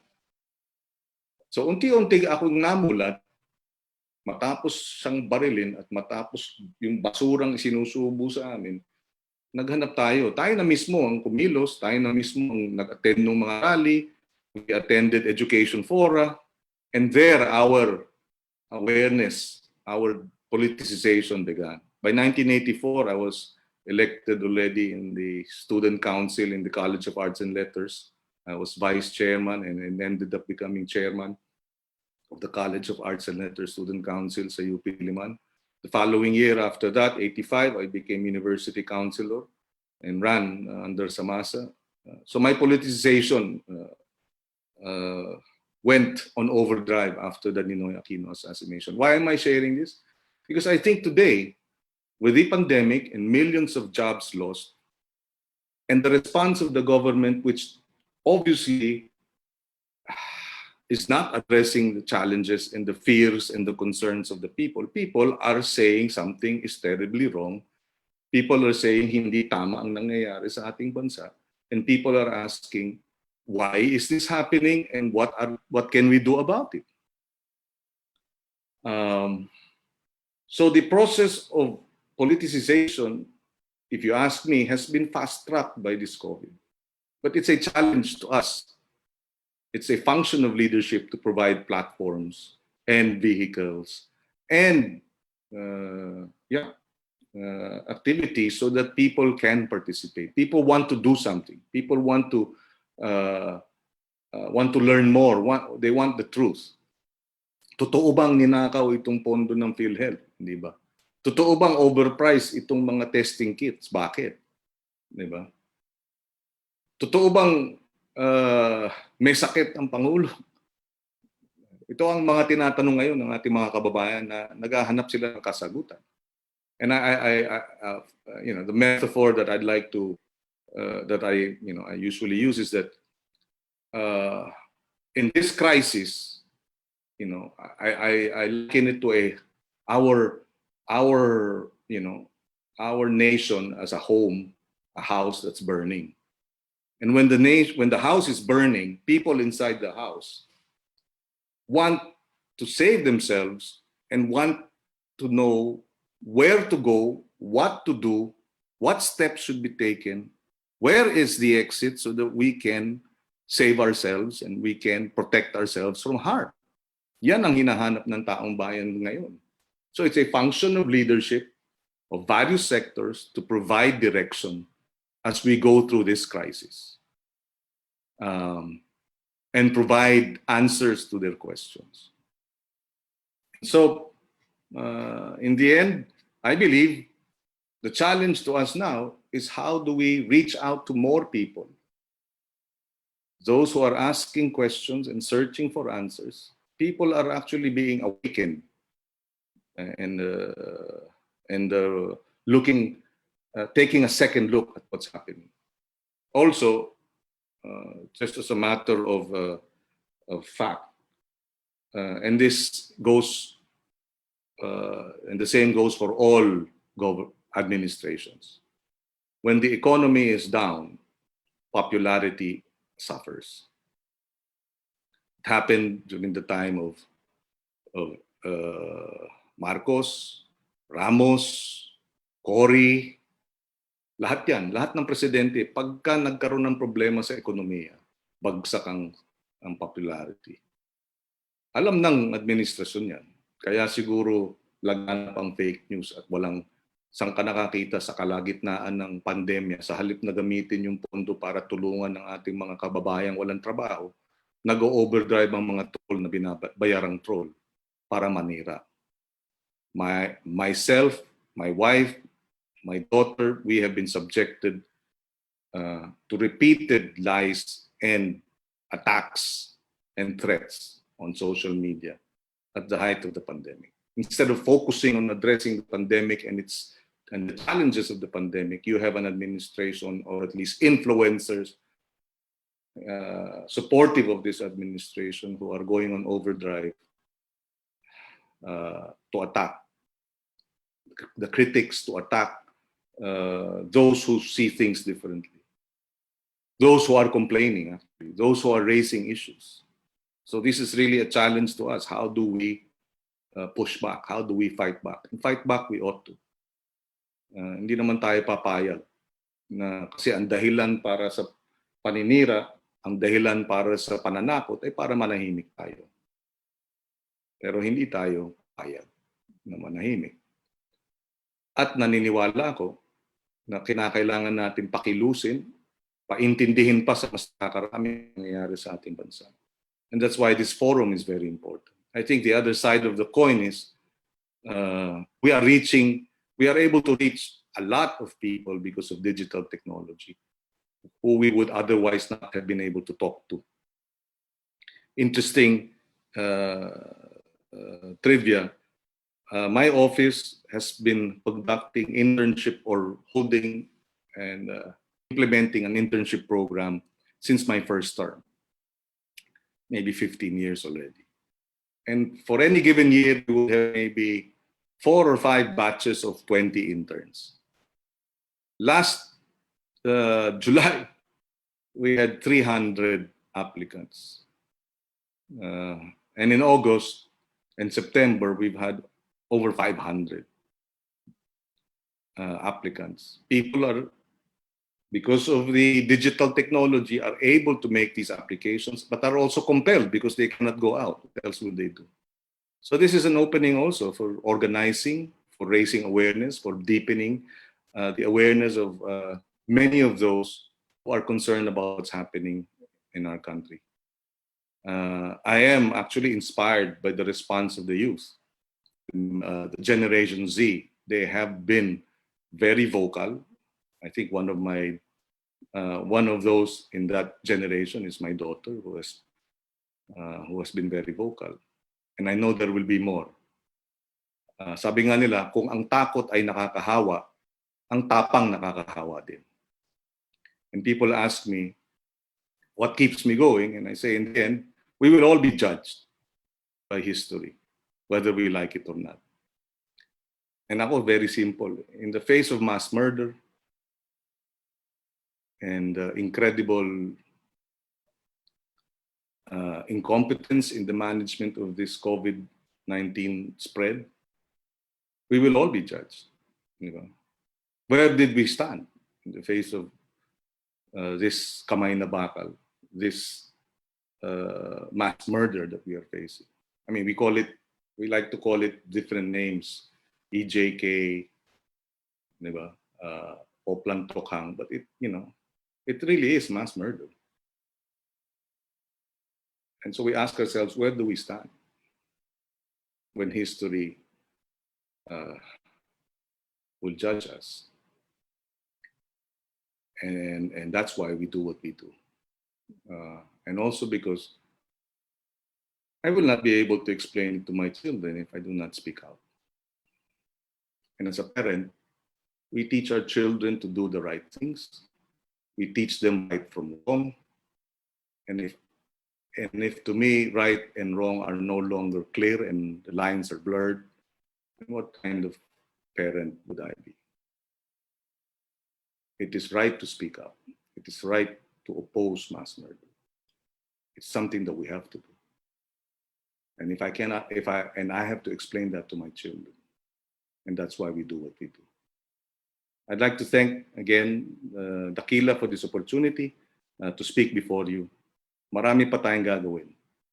Ako'y naniniwala, in the end, sabi nga ni Martin Luther King, or he quoted someone saying that the arc of the moral universe is long, maybe long, but it bends towards justice. And another saying, Machiavelli said it, that victory is never secure without justice.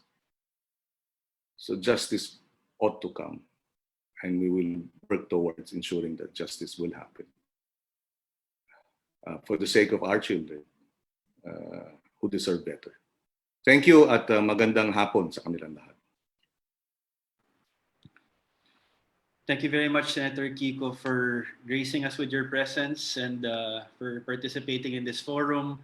Thank you also for being one of the voices of the opposition in our Senate, giving it a semblance of, we are still in a democracy and there are varying opinions that need to be heard. Thank you for representing that, sir. And I actually follow your daughter online on Twitter, and yes, I would say she is a shining example of what the Gen Z ought to be. And thank you for raising such a. Just on that note, now I know how my father felt when I was marching in the streets during the dictatorship. But I guess, my father supported me even reluctantly. And yung takot niya naroon, syempre. So now I know how it feels with Frankie and her tapang. So I will support her too, even if I have my concerns and my misgivings. But, that's how it is. If she wants to be one of the voices of her generation, she has my support. Thank you for being a good parent and having that mindset. And also for outlining this, I don't want to sound very academic here, but for outlining to everyone yung ito nga what the framework seems to be in terms of policy. We're in the middle of a pandemic, and what are the policies that are being laid out for us? We have the anti-terror law. Of course, before that, there's the Tokhang war on drugs. All expressions of that iron fist type of rule.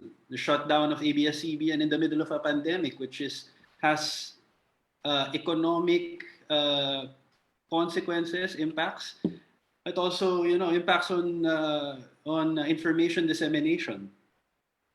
And apart from that, the COVID response is just dismal, and adding salt to the injury, we have the PhilHealth scandal, and now we're in the middle of a pandemic. But why is the measure of having the death penalty being talked about? It's just crazy. And thank you for at least having that voice in the Senate to sort of oppose. I know it's an uphill climb for you there. It's very lonely. But thank you for speaking out in forums like this, so we can somehow awaken something from. Thank you. Anytime. Okay, so let's move on to our next topic, which is unveiling the monsters. Unveiling these towering, seeming unstoppable figures that we have controlling the narrative, controlling our society right now. And everything that has been said are indications of how deep in terror we all are, and must have repercussions to our minds and culture as Filipinos. But it is interesting also to look into the monsters, quote unquote, of our nation that have allowed us to reach this point. How do we unveil these monsters, and how can we see beyond them? To help us widen our perspectives, we have sociologist and UP professor who is an early career sociologist, combining her academic background and advocacy work to influence positive changes for lower class youth and women in the Philippines. She is currently an instructor at the UP Diliman Department of Sociology, the vice president for research and education of youth against sexual harassment, and a part of the YSEALI, Women Leaders in the Philippines. She tweets at Sociologia. Let's give a warm digital welcome to Professor Athena Sharan, or Ash Presto. Magandang hapon po sa lahat. Ngayon po, pag-usapan natin very briefly kung paano natin bilang kabataan i-unveil at i-resist yung mga monsters na nananakot sa bayan generally at sa atin bilang kabataan specifically. Nabanggit na siguro ng una nating speakers na periods of insecurities are a political challenge but also a political tool. So the current pandemic, the drug problem, and even terrorism can also be used as veils for personal agenda. Nobody can deny that the pandemic, the drug problem, and terrorism, of course, bring a lot of terrors to the Philippines. But the fact is, the way that the government generally, and the way that people in power specifically respond to these nation's challenges also add terror to the current situation. So yung response mismo ay pwedeng maging yung mismong terror na kinakaharap natin bilang isang bansa. Napakarami sa atin ngayon ang mas takot sa anti-terror bill, for example, kaysa sa coronavirus pandemic. At yung anti-terror bill na ipasa siya with provisions in mind na andun yung COVID-19. So makikita natin, magkaiba yung response, magkaiba yung problema ng Pilipinas. Sometimes they aggravate each other. Sometimes the response itself becomes even more terrorizing than the quote-unquote nation's problems. Okay, now, bilang mga kabataan, napakalaki, of course, nung contribution natin sa pag-unveil ng mga monsters na kinakaharap ng ating bansa. But in our endeavor to unveil these monsters and to participate in critical nation building, you always hear one sentence. Ito yung sentence na yun. Bata ka lang, wala kang alam. Napakaraming beses ko nang narinig yan. Diba? So for example, when I speak about the injustice of the Marcos regime as a Generation Z Ilocana, laging may marinig ako magsasabing, wala ka naman nung time na yun eh. Napakarami kayong kabutihang nagawa ni Marcos sa Ilocos. Right? So itong bata ka lang, wala kang alam, actually aggravates the lack of voter education and apathy among Filipinos. And the sad thing is that this sentence is aggravating voter education and apathy amid looming threats to our democracy and freedoms. Diba? The thing that we don't really talk about is how this sentence, bata ka lang, wala kang alam. Minsan itong sentence na to may karugtong pa. Diba? Bata ka lang, wala kang alam.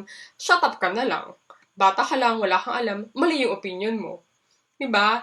And we don't really talk about this a lot, but itong sentence na to actually provides a double burden among the youth. Ano yung ibig kong sabihin double burden? Sa atin, bilang kabataan, napakaraming beses na tayong sinabihan ng teacher natin, especially nung elementary, at yung mga role models natin habang lumalaki, na ang kabataan ay pag-asa ng bayan, di ba? A lot of us were even forced to memorize that sentence. Ang kabataan ay pag-asa ng bayan. So on the one hand, people tell you na kabataan ang pag-asa ng bayan. Ikaw ang pag-asa ng bayan. But on the other hand, people will also tell you na, bata ka lang. Wala kang alam. So napaka-confusing niya. Diba? How can we make sense of this confusion?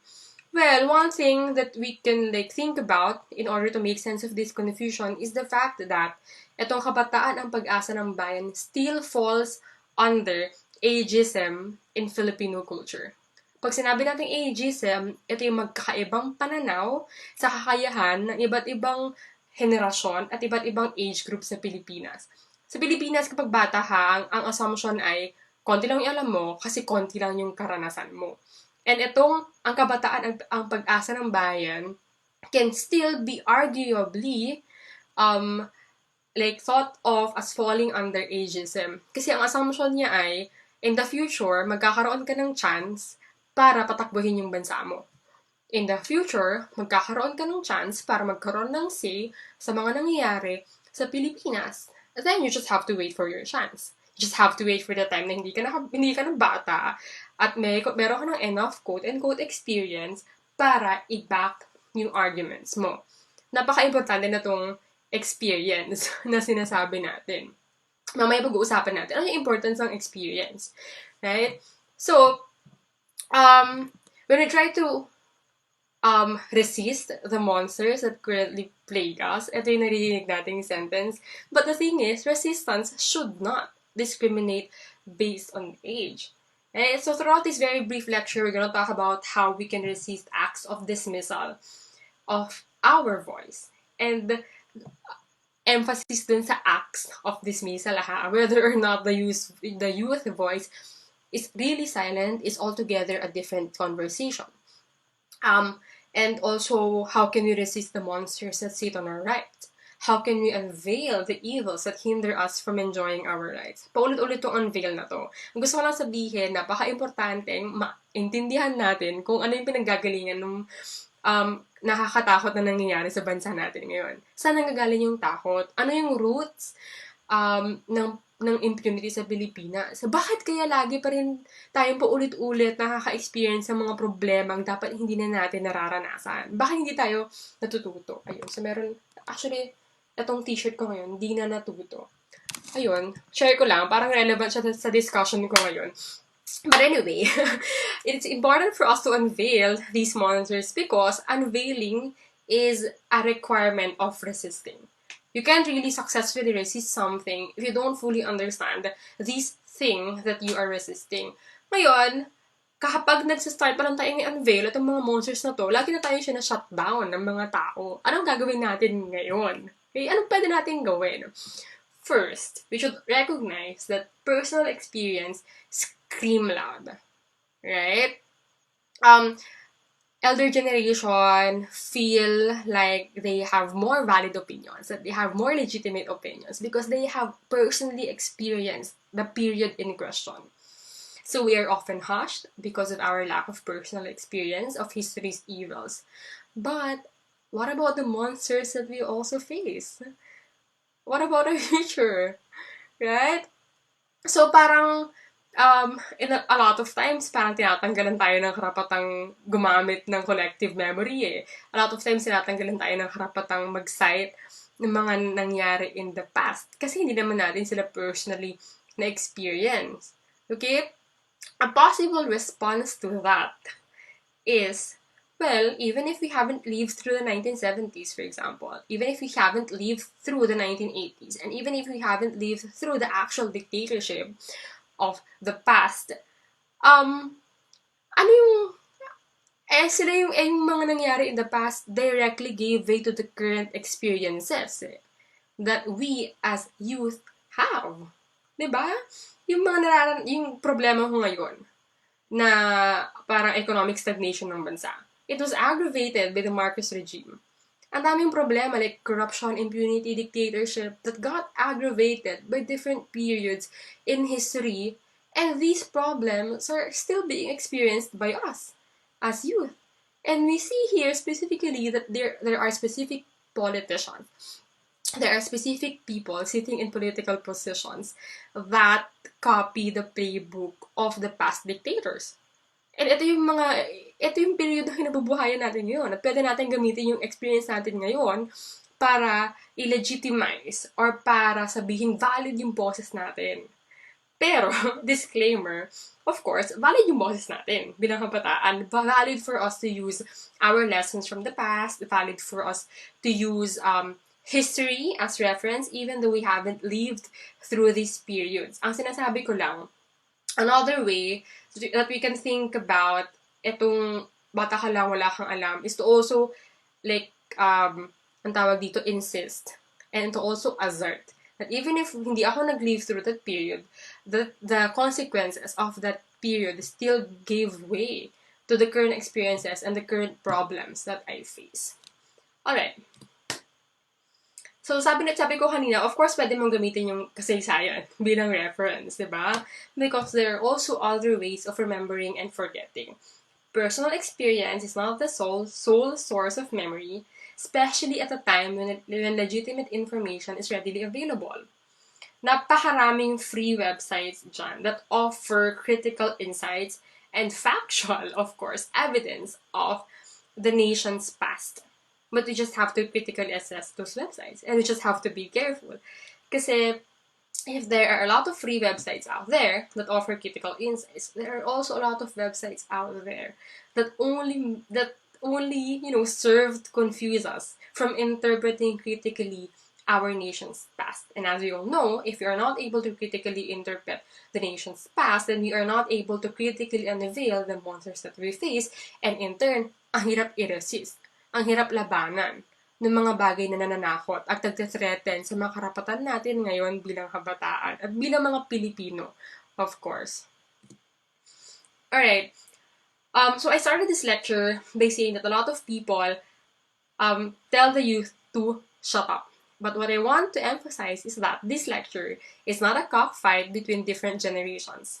Of course, we know that different historical events influence the collective lives of people under a certain generation. Different generations live through different periods. Different generations live through different events. And these events, of course, shape the way that they collectively think. But, napaka-importante nitong word na to, think. It shapes the way that they collectively think. So generations are not the problems per se. The problems are the mindsets. The problems are systems. The problems are structures, like ageism, sexism, classism. And these mindsets, these structures and systems aid impunity. Diba?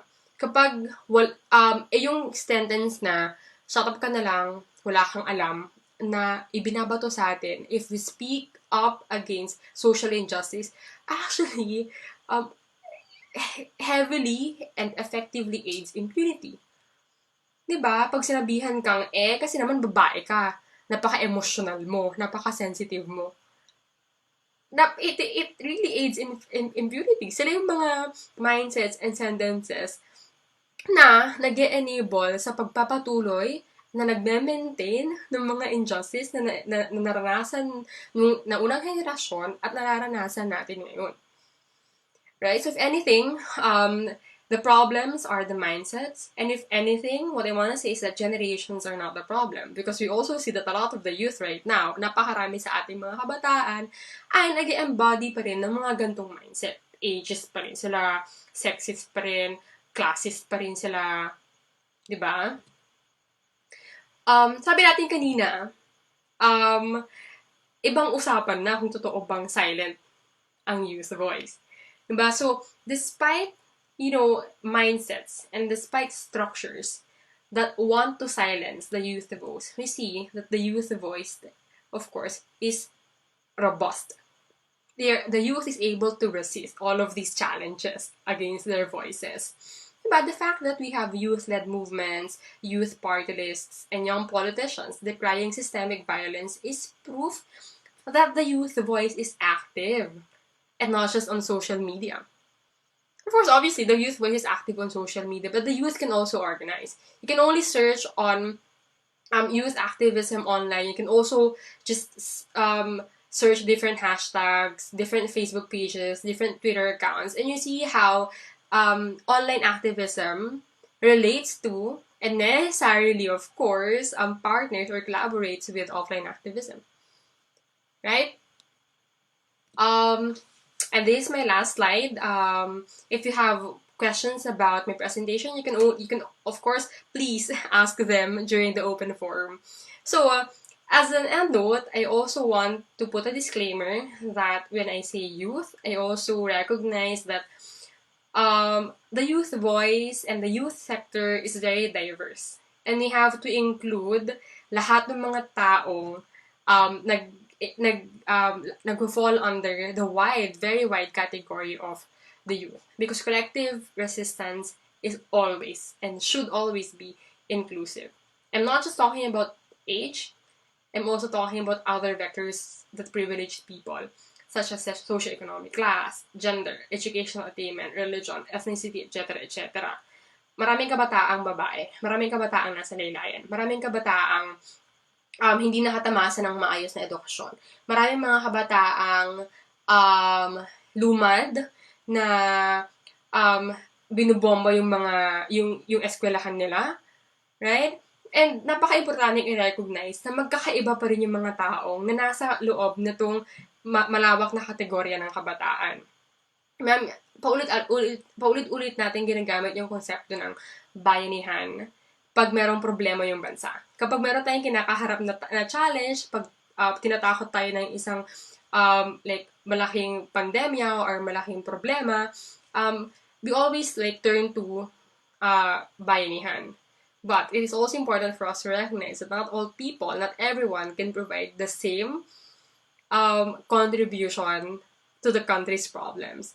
Of course, the contribution that you can provide will also be predicated by your social position in the socio-economic grid and in the social grid, right? You can't expect someone who was able to get a good education to provide the same contribution as yung kabataang babae na lumad na hindi nakapag-aral tapos homosexual, ganon.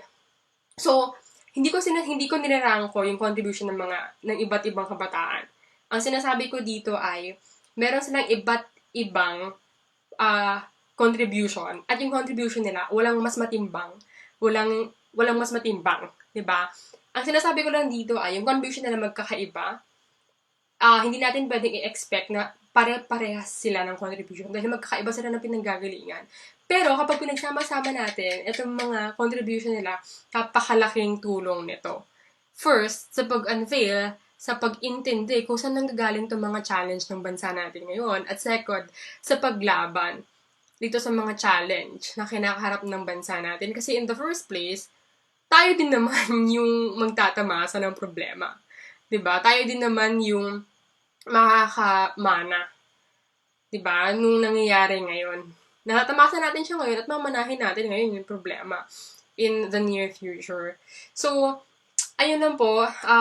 Kung meron po kayong tanong, please ask them during the open forum. Huwag po kayong mahiya. We're looking forward to your questions. Maraming salamat po sa pakikinig. And if meron po kayong more questions pa, you can contact me via my email address. I'm also active on Twitter, and you can also contact me via ashpresso.com. Yun lang po, maraming salamat po at ingat po tayong lahat.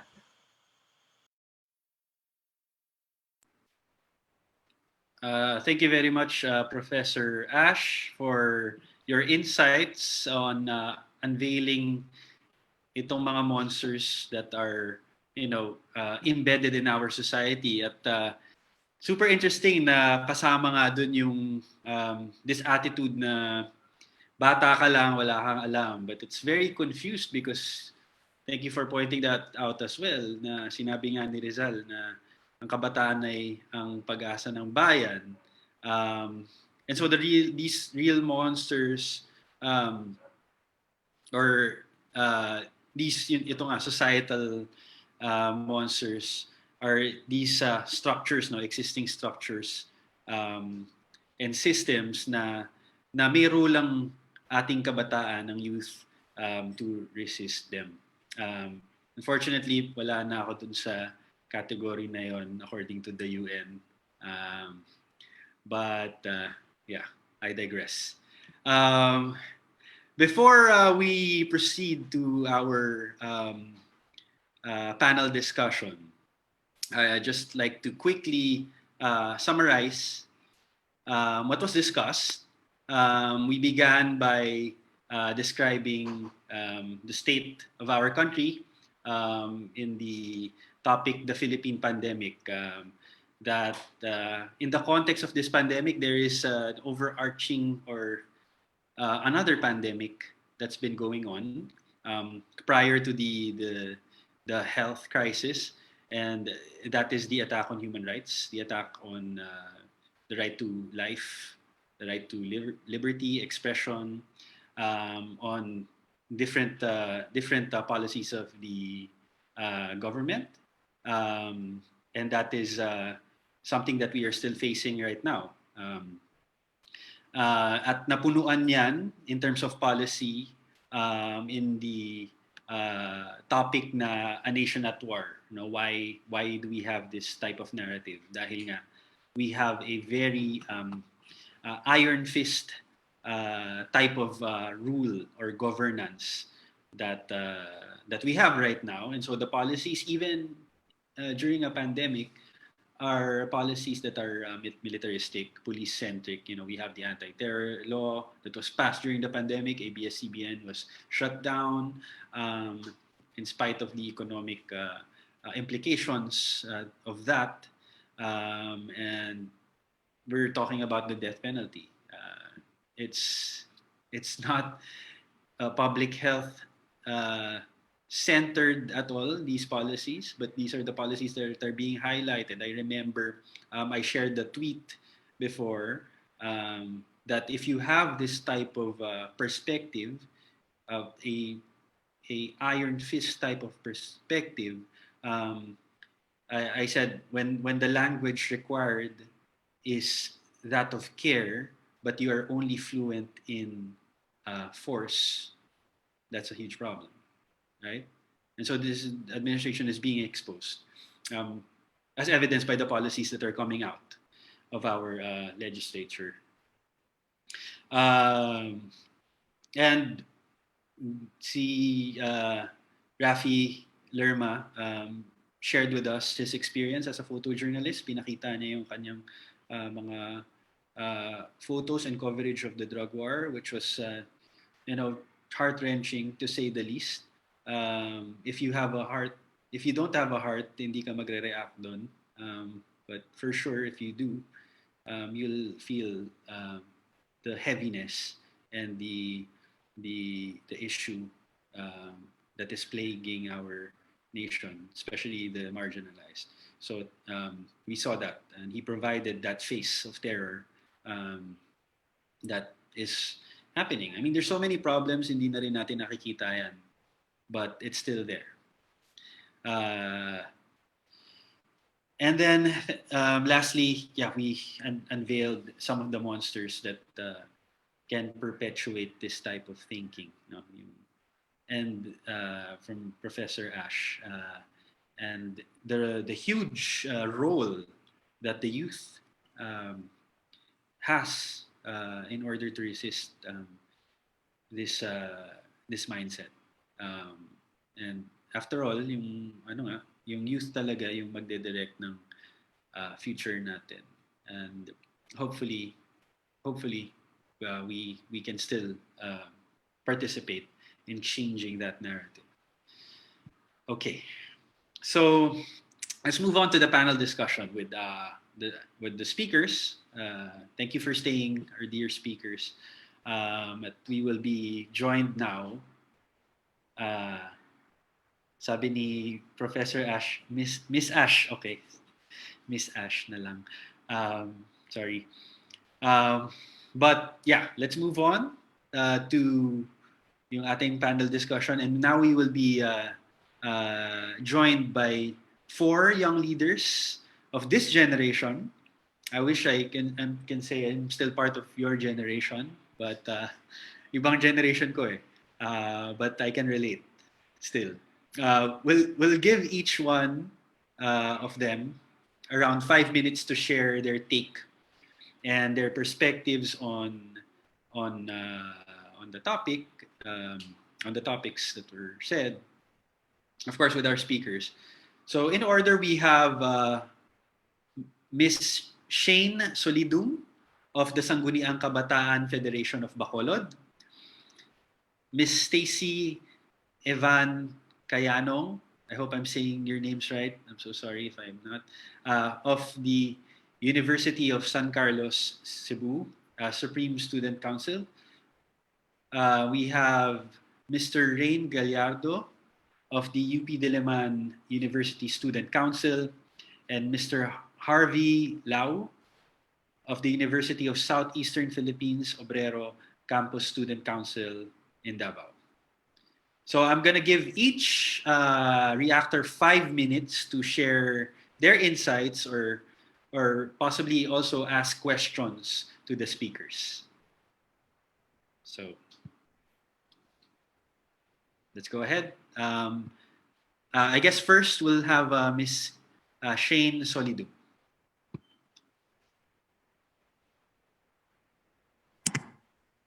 Hi, good afternoon. So, what I can say lang siguro is fear in all its forms, in the past, in the present. You can examine it through the events in our history. And I've realized na the use of fear to influence social and economic change, it's not new.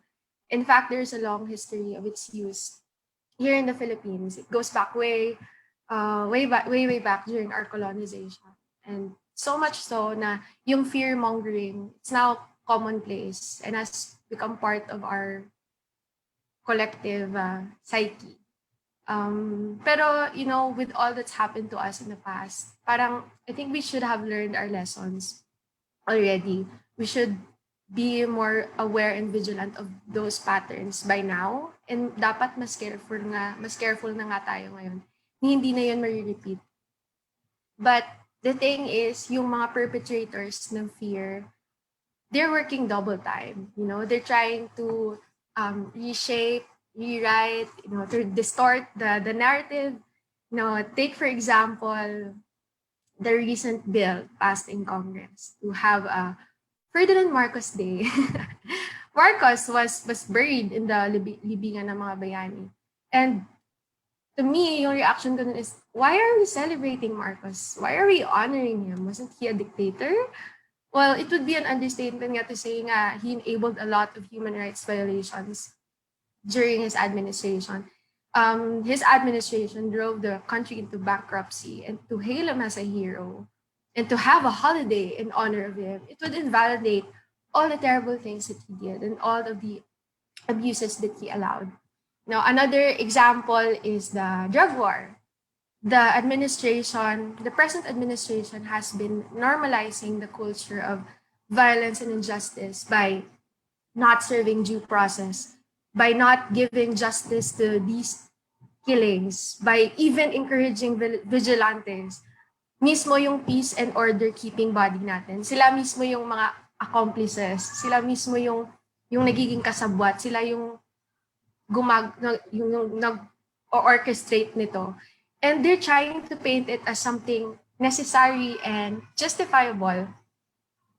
The perpetrators of fear are trying to instill that this culture is okay and it's even righteous. And this is where it becomes alarming to me. I recall Sir Rafi's sentiment kanina when he said na, hindi, this is not okay. This is not normal. And that's how I felt then. Because in the past months dito sa Bacolod sa amin, ang daming killings na naganap.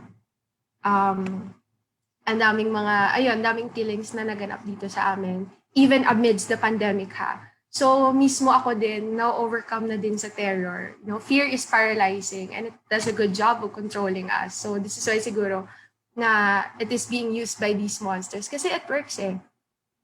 And it's as a student as a leader in government, it's tempting to turn a blind eye and to just say na, to accept na lang na, okay na kasi ito yung sinabi, ito yung ini-encourage sa admin eh. So, let's accept it kasi it's for the good of the society din naman. And sometimes parang tempting din naman to pretend na it doesn't exist. Kasi, you know, hindi naman directly affected ako ngayon.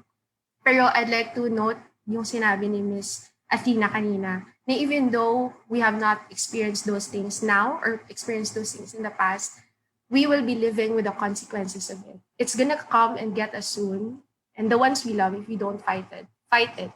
So if we continue to allow this violence and injustice and fear, this lack of respect for human rights and dignity, it will permeate our value systems and justice, value systems and beliefs pala. That's why it's important for us to continue to resist whatever way we can. So if student ka pa or like whether you're serving in the government, we must stand up and make a statement and say na, no, this is not okay. And we have to reject it. No, this is not normal. This is not normal. And we don't have to accept it. We have to resist it. Kasi if we won't, it will overcome us. And mahirap to as a young person. Especially if you're not in an enabling environment. If you're in an environment that shuts you up and puts you down. Personally, as a youth leader na nagsaserve sa government, ang hirap mag-voice out kasi, you know, yung political persecution, ganon. Sinasabing pabida ka or pa-woke o.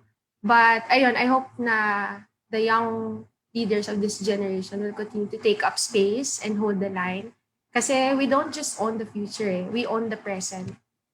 And ayun, so siguro yun lang yung masasabi ko sa discussion kanina. But as to question, I would like to ask siguro si Miss Athena, how do we, like what I said kanina, we're not in a very enabling environment. How do we encourage others to join us, especially nga there's a terror na they might get hurt, ganon. So usually if you advocate for this sa ibang tao, parang sila mismo, hindi na kasi maano kami dyan, we will get hurt, we might get killed, ganon. It's scary mismo. So what do you advise to us young people? Yun lang po. Thank you so much, Shane. I think we'll have the answers to your questions later on after everyone from the reactors speak. No? So let's have Stacy. Stacy naman to talk. Hello, my name is Stacy Cayanong from the University of San Carlos Supreme Student Council, and I'm currently situated in Cebu. So here it was scary, for a time being. There was an overwhelming amount of COVID cases recorded and reported. And my family from Leyte, they were messaging me, asking me to stay at home and to be careful. And it wasn't only that, also my friend group here, we were supporting each other. We were trying to give each other a shoulder to vent out to, a shoulder to lend to be our support by in this time of pandemic, that we are not allowed to go out and see the people that give us comfort. So these are I feel very overwhelmed by a lot of the problems that I do not feel like I am not affected by, because I am one of the privileged ones. So I hear a lot of news, and it upsets me, and it makes me angry a lot of times, and it messes with my mind a lot. Like our mental health is very fragile right now, and a lot of people are experiencing the same thing that I'm feeling, because I've also asked my friends what their thoughts are about terror now in this time of pandemic. There's a lot of things going on. It was frustrating, especially when I wanted to go to the Cebu rally where the Cebu 8 was captured, and I would have been there if my friend wasn't late in picking me up. I was already walking towards UP Lahog, which is far from where I was, and I was walking when I got the news. So on my way there, I stopped, and then I went back home, really shocked that what was happening. So that was my pandemic state of terror. Aside from my mental health deteriorating from the news before that, during the time it made things feel so close to me. That it's really happening. The arrests are really happening all around the Philippines, and some of my friends were experiencing the arrest as well. So that really shut me down for a while. I felt so scared to voice out my political opinions for a time being, because it was so close to me. But then, I am one of the lucky ones, Nagalino. I'm one of the petit bourgeois ones. So I have certain pleasures in life, like internet connection in this time of being, so I can participate in forums like this, so I can get myself educated and properly, and be able to release my political frustrations to people who can enlighten me about certain situations in different parts of the country. And there are a lot of, so it's really disappointing the ABS-CBN shutdown, because it made me think about how blind other peoples are being now. So a lot of things a lot of information are not accessible anymore. So we really have to open our eyes even more at this time of pandemic. So as a counselor as well, I get many complaints from students about online classes, and that is also something I feel terror about. So I feel terror knowing that there are many people out there who are even less fortunate than the people who are giving their complaints to me. So people who are not able to access their internet connection, who are not able to communicate their woes with their professors, with their teachers, because their teachers are also not considerate enough in this time of need, in this time of need for compassion. So that was another moment of terror, knowing that there are many other students out there who are experiencing this as well. So it's not just my school, it's also other schools. And then So from the discussion earlier, I wanted even more to contribute to the development of my country for sure. So as per Ms. Ash said earlier, that there are many ways, many levels of contributions that certain groups of people can give. No, so for me, it really encouraged me to do well in my studies, as well as continue being involved in the society. So continually being refreshed, being informed by the different situations, the different news are all around the country. This is important so that we can ground ourselves to what's important and to what we should be working for as a student and as whatever role we play now in our lives. And I'm grateful for the many people here in our forum who are actively contributing to that. And I hope to be actively contributing to that as well. So that's all. Thank you. And it was really well said by Ms. Shane earlier. So I wanted to say all that. But thank you so much to everyone here for your support and your work for our nation. Thank you so much, Stacey, as well, for sharing your insights. We move on now to Rain.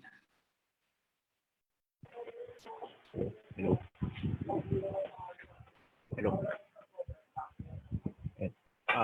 Good afternoon, everyone. I'm Rain. So, actually, this issue is really something na ang tagal ko nang naghanap ng gustong kausap. Kasi, frankly, in law, diba?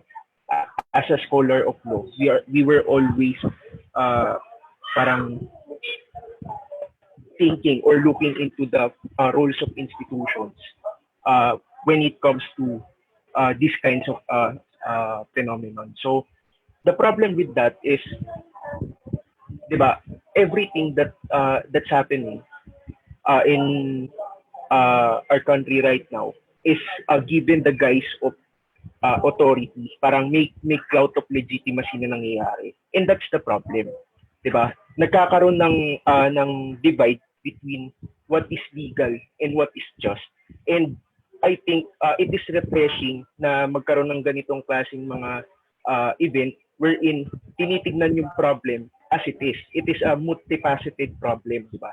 Nakita natin na it's not really just a problem of violations of human rights. It's not just a problem of yung authority, exercise of authority. It's really a cultural problem, and hence would demand yung multifaceted approach. And these kinds of discussion, I think it's what's necessary in actually coming up with what Ms. Presto says as yung collective resistance. Kasi I think it is really integral that yung resistance that happens in this kind of oppression is something na hindi nag-exclude. Kasi that's the problem in the first place. Yung klase ng rule na nangyayari tends to go towards exclusion. 'Di ba? Nandiyan na na-exclude yung mga marginalized, na-exclude yung mga for instance on the war on drugs, yung mga alleged suspects ng drug related cases. And ultimately, 'di ba? Parang it perpetuates yung this culture of impunity. So I really like yung presentation ng problem dito kasi it highlights that from the beginning, 'di ba, the government wasn't really parang hiding its intention, pero at the same time parang yung acceptance sa kanya was parang unexplainable in a way. Tapos yung pagkakatahi ng mga policy from the start, yung war on drugs, yung silencing ng mga opposition, yung unti-unting curtail ng mga liberties natin as citizens of the state. Parang it is a replace, di ba? Nung nangyari nung panahon ng martial law decades ago. And finally, pagdating sa dulo, we are met with the challenge na what is our role, 'di ba? Bilang mga kabataan na nabubuhay ngayon. And yun nga, it was really comprehensively highlighted that while we inherited this problem, 'di ba? Parang tinatanggalan pa tayo ng karapatan na maging parte ng solution, 'di ba? It is ironic na they say na tayo yung magmamana ng mga problema, tayo yung mabubuhay in the future, but at the same time they dismiss lahat ng mga ideas na sinasabi natin. So I think ito yung kahalagahan nung papel ng youth, yung papel ng kabataan, and at the same time kung bakit yung education ng buong lipunan when it comes to finding a solution on this problem really starts doon sa kabataan na to. And I would like to highlight na education is really a key component in addressing yung lahat ng problema mula sa pool na dala ng nadala ng gobyerno na to. And in fact, yun nga, yung points na ni-raise nung ating last speaker, wherein sinasabi niya na resistance does not discriminate and that collective resistance must be inclusive. This can only be achieved by having yung parang solid base ng education. It's not enough na we are informed ng kung ano yung conventional na malalaman mo sa isang institution, di ba? It's really how we apply this knowledge and how we connect yung mga natututunan natin ito with the actions we do as part of a community. Diba?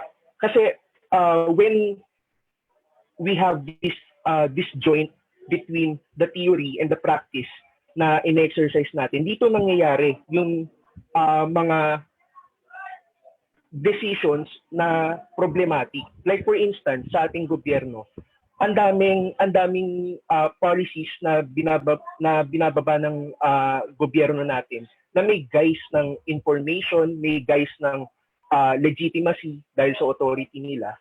Pero ang ending naman is hindi siya responsive sa problem at all. So, that said, again, it is our role as youth, no, to impart yung level ng education, hindi education in the institutional sense of the word, but rather yung level ng analysis natin on what the problem is. And tama si Ms. Presto, no, na hindi dapat tayo titigil doon sa mga pag-dismiss ng thoughts natin on the base of age, because in fact the youth, our youth really is the very reason that we should be involved in discussions like this. And it is in fact the very reason that we have to participate more, kasi we will be inheriting yung problema na binigay sa atin ng mga nakaraang generations. So, yun na. Salamat.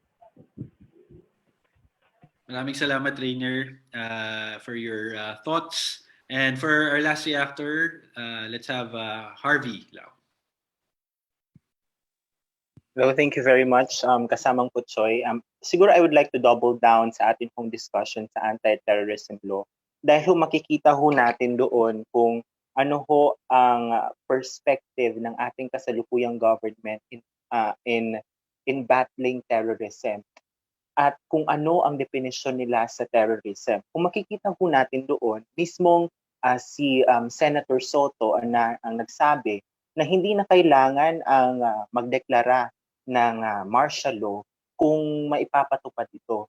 Kaya nga kasama ng ibang student council at student government dito sa Mindanao, kinundi na ho namin ang pagpasa at pagpirma ng Anti-Terrorism Law of 2020. Talaga hong kung makikita ho natin doon, napakaraming unconstitutional ho na mga provisions na talagang kung makikita ho natin na sinasabi nila, meron naman daw sa Section 4 na sinasabi na yung freedom of speech ay hindi naman inaapakan. Ngunit kung makikita ho natin sa kabuuan ng batas, tinanggal nila ang accountability sa mga arresting officer at iba pang mga opisyal na kung i-detain na o mali ang pagka-aresto sa isang tao na 500,000 a day at iba pang mga probisyon ng batas ay masasabi talaga natin na hindi ito ay salungat sa ating constitution. At kung makikita ho nga natin, sinabi ni Senator Soto yung martial law, no? Na parang nino-normalize na natin ang martial law. Dapat ho, extreme cases lamang ho ginagamit ang martial law. Dito ho sa Mindanao ay nagdeklara nga ang Presidente Duterte ng martial law sa entire Mindanao. At sinasabi nga, pinupush nila ang argument na wala naman daw kung nasabing mga patayan sa pagdeklara ng martial law sa Mindanao. Ito po ay kasinungalingan.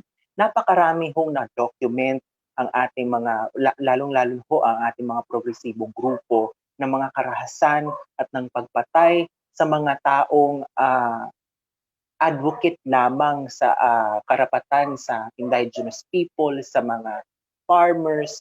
Yun ho ang katotohanan.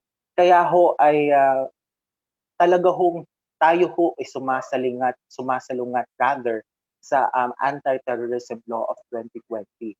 At nabanggit nga ng isang speaker, pagsabi niya na ang kabataan ay talagang ini-small. Totoo ho yan. At ano ho ang dapat natin gawin? Just push forward. Kasi ho dapat po nating, we should realize that the founders really of our country, of our republic, are part of the youth. Bonifacio, Rizal, and among other heroes. No, kung makikita ho natin na talagang ang mga kabataan ay lumaban sa diktatura Marcos, lumaban sa korap na administrasyon na Estrada, na talagang tayo ho ang solusyon para sa mga, tayo ho ay parte rather ng ating mga solusyon. At tama ho ang sinabi rin ng speaker natin at ng reactor na dapat ay maging collective o maging inclusive ang ating pag-resist. Kasi ho ang tendency natin, no, lalong-lalo na ho sa mga academics, wala ho ako, I'm not against ho sa sa mga technical na word. Pero kasi ho, kung ako ay middle class person, ako ho ay ordinaryong tao at napapakinggan ko ho ang mga jargons, for example, ay unconstitutional, it is against the Bill of Rights, among others. Dapat po siguro natin ay simplihan ang mga termino dahil maaaring hindi ho ito maintindihan ng ordinaryong tao na kaya ho, actually ho, mahikayat po natin sila kapag naiintindihan nila kung saan tayo galing. Actually ho, meron ho sa university, ako ho ay na-criticize dahil nga ho sa pagkampi ko sa mga progresibong grupo at sa pag-imbita ng National Union of Students in the Philippines sa university. Ngunit kung mapapakinggan lamang, kung tayo lamang ho ay mapapakinggan, kung naiintindihan ho lamang nila kung saan tayo galing, na dapat maging objective tayo in looking at the history, wala ho tayong problema. Kaya yun lang po ang gusto kong on a last note pala. True, sinabi ni Rain kanina, napakagandang punto na sinabi niya ang education is one of the solution of our problems in our country, no?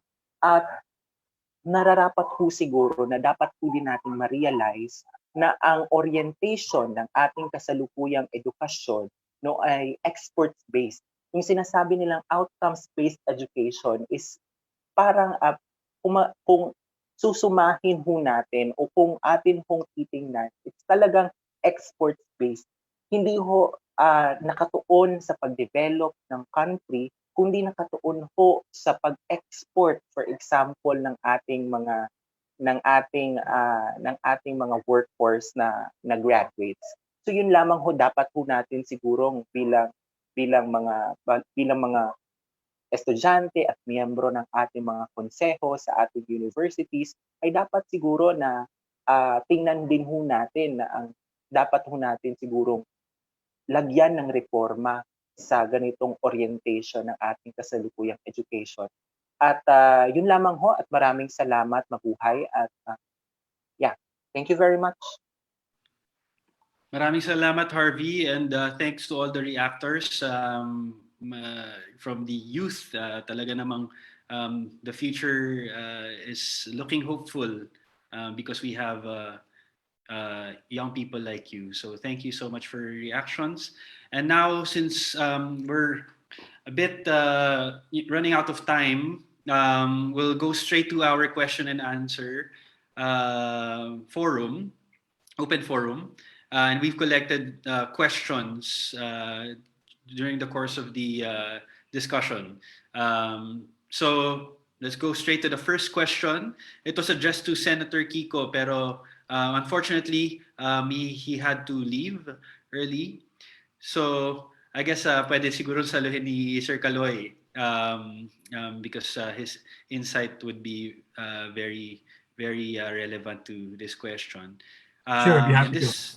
Okay, so this is from an anonymous attendee. The question goes, movements are becoming more radical around the world, such as the mass resignation of the government in Lebanon.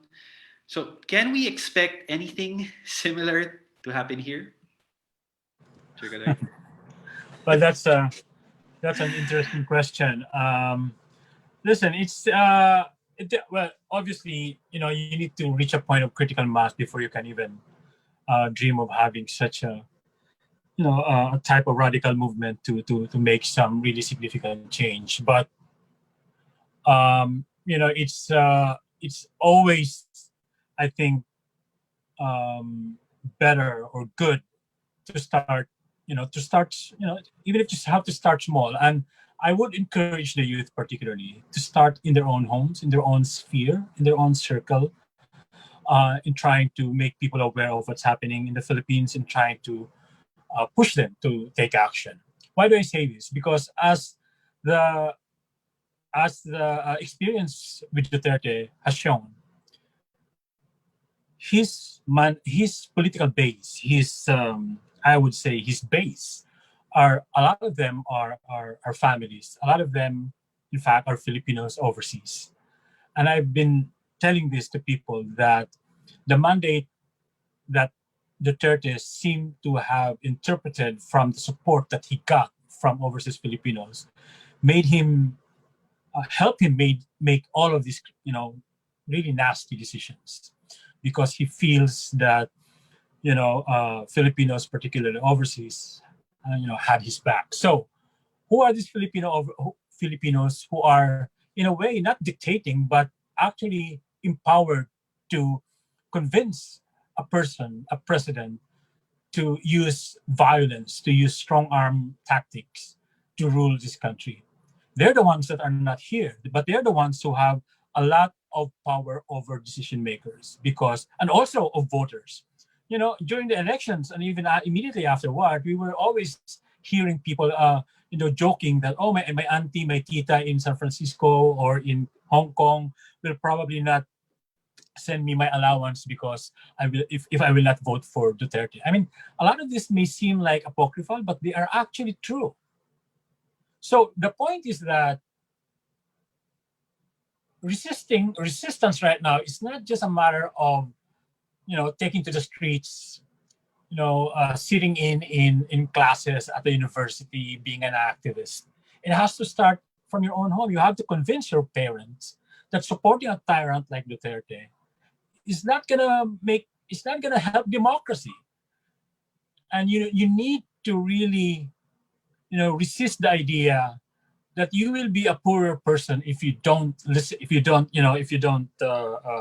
agree to what your parents or your relatives are saying regarding this particular leader. You really have to push back inside your own family to make that change. You cannot just say, "Oh, I'm an activist. I'm a student activist. I'm a progressive, and I'm rallying in the streets all the time," and all that. You have to start at home. You have to start with your titas in the Middle East or in Hong Kong or in Italy, who are the backbone of Duterte's support during the 2015 election. They have to be convinced that supporting a tyrant is not good, that it is going to destroy this country. While that may be good for them, who are so removed from what's happening back home, for the Philippines, it's going to be really, really bad. So this is a lesson for all of us. But that's just one thing I would like to emphasize.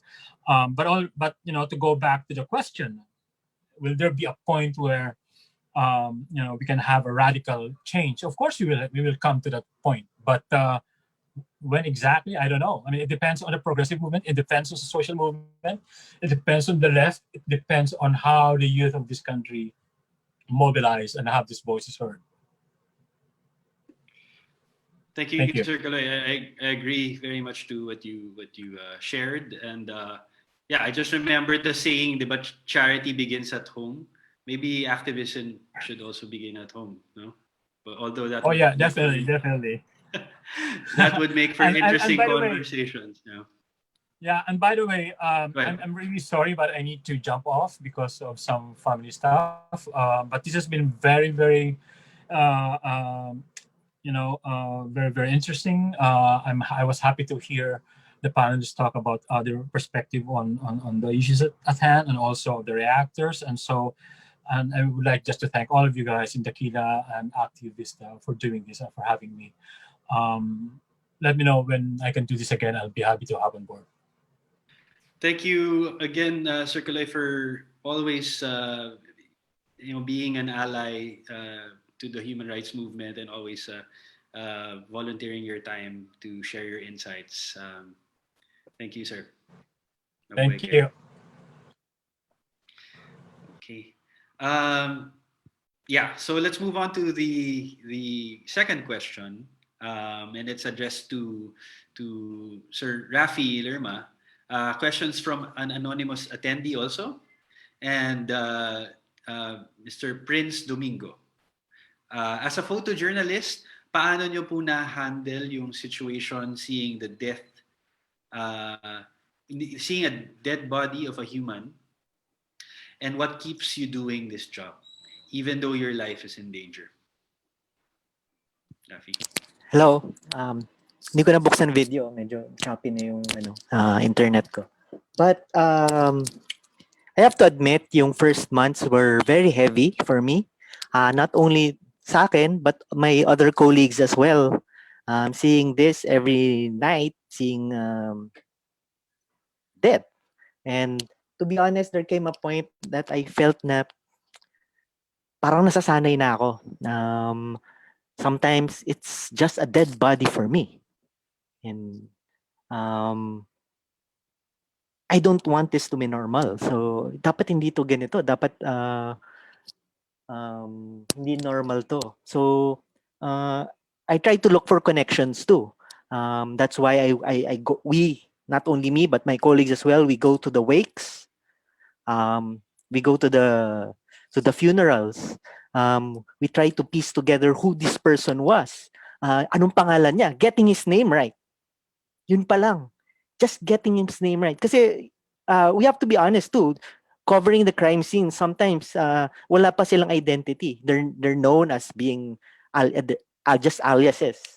And later on, we gather all this information and trying to humanize.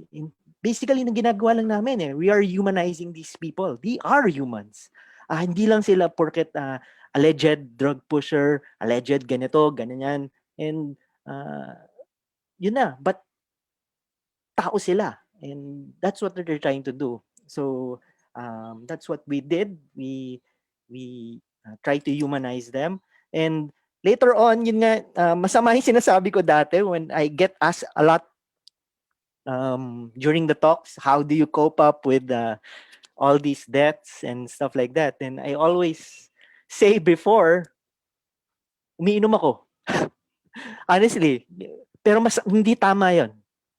It's not the way to deal with this trauma. There are professional ways of dealing with this trauma. Some of my colleagues suffered from sorts of PTSD. Maybe I had that too. I dealt with it. How? By talking. That's why I agreed to all of these talks. Kasi I think I will go crazy more if all of this information or all these things I've seen, experienced, tinago ko lang sa sarili ko. So yun, there are ways of dealing with it, and of course, also another way is to have people around you who can relate. I think yun ang isang so yung maliit na grupo namin, that's why later we were called Nightcrawlers. It was never an official group.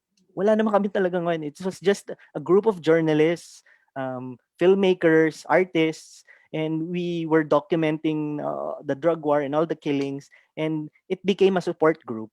And it helped a lot.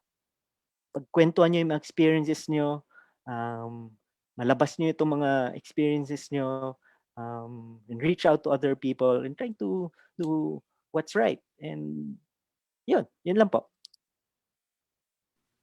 Thank you, Rafi, for answering that question. And again, I say this again, that you are a very important witness, and we salute you for the job that you are doing, documenting all of these things. Thank you. Now, for our last question, this is our last question, and this is addressed to all the speakers. It's a question from the audience, Mr. Lorenzo De Vera. He asks, the drug war has killed thousands. Progressive groups have responded with a narrative of human rights and democracy, and yet the war and more continues to this day. So just how effective is this human rights and democracy narrative in our fight against the war narrative waged by the administration? And taking Shane's question earlier, how do we continue to resist despite being in a non-enabling environment, despite the fear? So those are kind of two questions, no? How effective yung human rights, democracy narrative to fight this, and how do we resist in spite of this non-enabling environment? So please, our speakers. Pwede na ako mauna. Go. I think, let's put it this way. If the human rights community did not speak out, yung mga journalists na hindi nag-cover, I'm sure there will be a bigger death toll. I am not saying na marami pa din, but kung hindi tayo nag-resist, even sa hindi natin to nilabas sa international community, and mas malaki ang numbers. Maybe, clear sa akin, maybe around 30,000. Pero ngayon, well, hindi natin talaga yung numbers. Maybe tinatago nila, I don't know. But kung hindi tayo hindi natin na-start na mag-resist, it will go up. And I have to say this, when the drug war started, public opinion, I mean, it was very much supported by the Filipinos. They agreed to the drug war, and they agreed to the killing.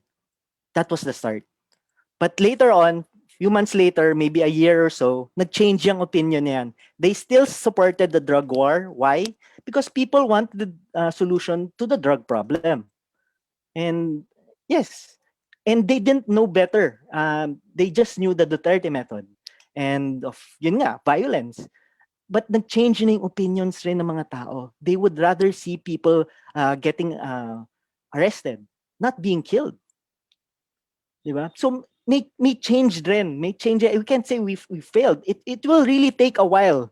Let's face it, even ako, I've covered these killings when I was starting to cover this. Hindi ko rin alam yung talagang tamang solusyon eh. I just know na hindi ko gusto ang patayan. And later on, well, nag-research through actively participating in forums, na-realize ko there are better solutions, human rights center solutions, community-based rehab, meron pang dyan harm reduction, and all of these things. Doon natin ipunta yung usapan, and it's because if there's this big stigma of people who use drugs. They're always painted as the evil person kagad. Kasi all hindi naman to nangyari just dahil kay Duterte lang. Matagal na to. Anything that happens, may heinous crime nangyari, you blame the drug user, you blame the drug addict. They are the evil people. Ganun ang utak natin. Pero actually, if you research more, it's really ignorance too. It's really ignorance about addiction, of drug use, o ano ba talaga roots ng drug problem. And it's a continuous process. It's a process too. It will take time, yes, but maybe through all these efforts, maybe ma-shorten natin ang time, and education really plays a big role. And speaking out, tama yung sinabi nyo, start from home. Because this drug addiction, it's a taboo sa mga families. We don't talk about it. Tinatago nga natin yan eh. And it's time to talk about it. Talk about these things. It's the uncomfortable mga discussions at home, but it has to start. So yun lang po. Mauna na rin po ako. Salamat sa inyo lahat. Yeah, salamat Rafi.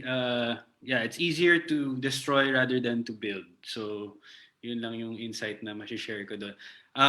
Si Miss Ash, hello. Answer? Hello. Sobrang ganda for me nung tanong. Kasi I think, well, what we should all recognize is that when we fight for our freedoms, it's not always a perfect line upwards. So, kailangan natin siyang continuously kailangan natin continuously i-reassess yung mga concepts and yung mga arguments na ginagamit natin sa ating pagkikipaglaban. At isa dito, of course, yung democracy at pati na rin yung human rights. So pagdating sa democracy, ang tanong kanina ay, effective pa ba? Strong pa ba yung discourse of democracy sa pag-forward natin nung resistance movement? Of course, strong pa rin siya, but we should also recognize that marami siyang mga setbacks. So one of those setbacks is that we always paint the end of the Marcos dictatorship as us taking back democracy. But the thing is, the problems that we had during the Marcos regime are actually the same problems that we have right now. So we only have to ask one question. 40 years after the dictatorship, what have we achieved? And the answer is, virtually, parang wala. Diba? So yung taking back democracy, ang hirap niyang i-maintain at ang hirap niyang i-shove dun sa mga taong hindi convinced sa discourse ng democracy. At pagdating dun sa karapatan, of course, it's still strong, pero tama yung sinabi ni Harvey kanina, sususugan ko lang. Minsan kasi, yung karapatan na iniisip natin ay hindi same nung pag-envision at pag-construct ng ibang tao at ibang sektor nung karapatan na ito. So, pagdating sa paglubog mo, for example, sa iba't ibang mga komunidad, may mga ibang taong magkakaroon ng doubts na parang hindi sila komportableng gamitin yung karapatan bilang word. Kasi they don't feel like they understand karapatan enough. They don't feel like they have enough credentials to talk about karapatan. And that's something that I found in one of my research on the bakla in rural poor areas. So kapag tinatanong mo sila, ano yung karapatan na gusto nila para sa kanila mismo, sasabihin nila parang wala. Parang hindi nila pinag-iisipan yung karapatan. Pero if tatanungin mo sila, So ano yung gusto mong mangyari ngayon, given na ito yung mga karanasan mo dito sa lugar nyo, marami silang mga sasabihin. Sana meron kaming mga seminar, sana kasama kami dun sa sayawan. And these things and these simple wishes can be simple, but if we unveil, sabi nga natin kanina, kung saan nanggaling itong mga simple wishes na to, it's a recognition of what they should be getting. So is iba pa rin itong like perception nung karapatan na yon. So, too long didn't read.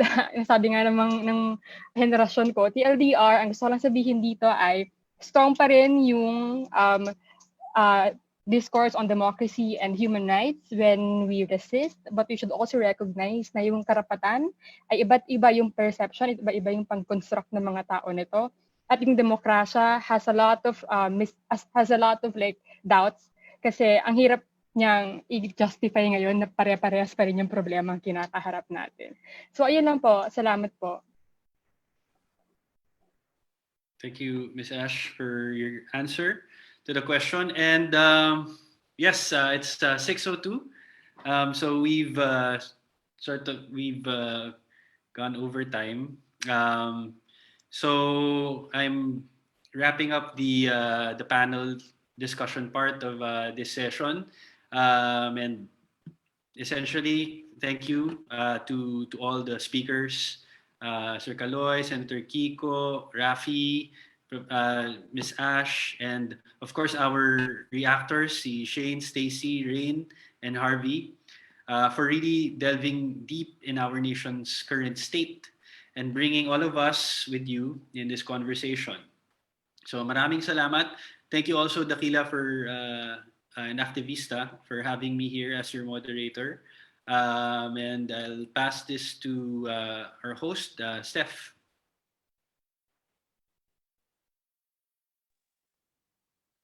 Great. I'm really looking forward to hosting with you again in person, hopefully soon.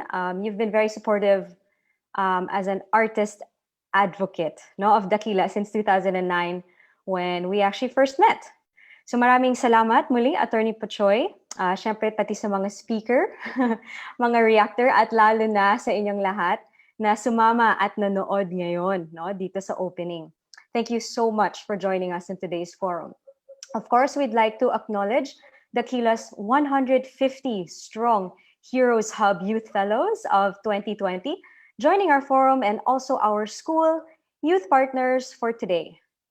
They include We the Future PH, FINMA Schools, Parañaque City College, Supreme Student Council, Center for Youth Advocacy and Networking, or SAYAN, Millennials PH, Kabataang Tagapagtanggol ng Karapatan, Cinema Centenario, the Office of Senator Kiko Pangilinan, Word of the Lord, COVID Die, at Rank Magazine. So tonight at 8 p.m., so in about 2 hours, we officially open the festival screenings at our online streaming platform. You can visit watch.activista.ph/activistaph. I'm sure you'll see that coming out on the chat box, or if you're watching live on Facebook, I'm sure nakalagay yan sa comments. So check out our catalog of films at the site www.activista.ph. So we opened the festival screenings with a one-time only screening and the Philippine premiere of The Night Crawlers. It is, a harrowing 40-minute documentary of the drug war. So, of course, if you're one of the lucky few who got invited to this premiere, screening starts at 8 p.m. tonight, and it's only going to be available until 8 p.m. tomorrow. All right. So, good news, of course, to those who stayed with us until the very end. Yes, all of you. We'll be giving out 100 free passes by random pick from our Zoom audience to watch on the President's orders. So if you're lucky, watch out for an email, all right, that will be sent to you and how you can claim this very soon. So otherwise, you can log on and avail of discounted tickets at activista.ph. All right, so see you all in our next forum. That's going to happen this Monday as we commemorate 48 years since martial law with a forum on demystifying demagogues and dictators. So joining us will be Ms. Iting Isberto of the Bantayag ng Mga Bayani, Attorney Shell Diokno of the Free Legal Assistance Group, writer and feminist Ms. Ninochka Roska. We also have sociologist Dr. Nicole Curato and spoken word artist Alfonso Manalastas. And this will be moderated by Ms. Micheline Rama. So for those who will join us then, we'll also be giving away free tickets, 100 free passes. Sino ba hindi ayaw sa libre, no? So 100 free passes to the Kingmaker. So please register now. The link will be shared in our chat box. Muli, ako si Stephanie Tan, ang inyong host para sa araw na ito. Thank you all so much joining us this afternoon, and now it's early evening. I pray you all remain safe and healthy. Now, maraming salamat, and I hope to all see you soon.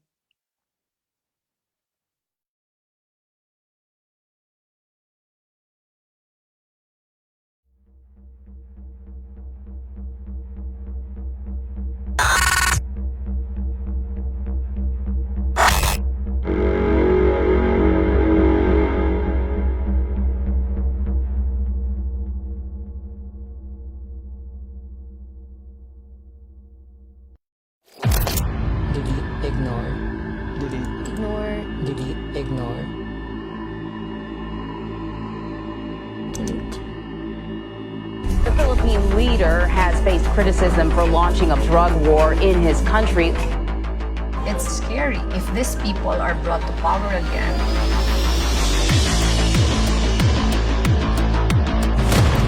Every day you cover these scenes, you began to fear for your life.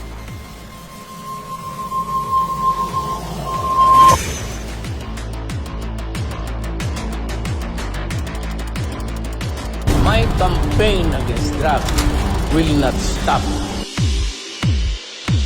Nobody can stop me.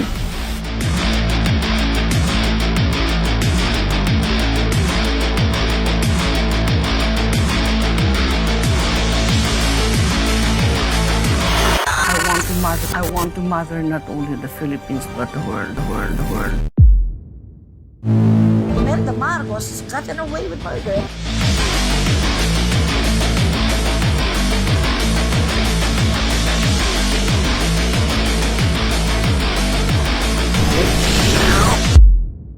The danger is that we might lose democracy because we're willing to give it up.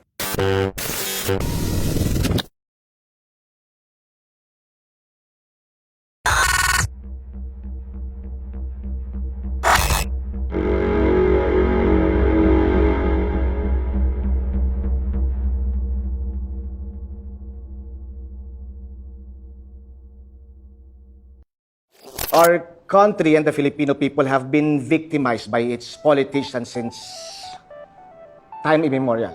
Pero ang ikinalulungkot ko, yung hindi na tayo natuto.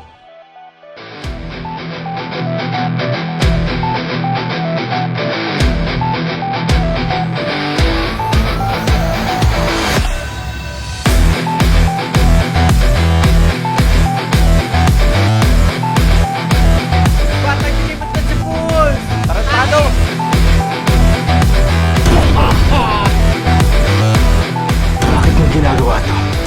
Dahil martial law. Hindi ako takot sa mga kriminal. Talagang hindi ko sila hihilihan.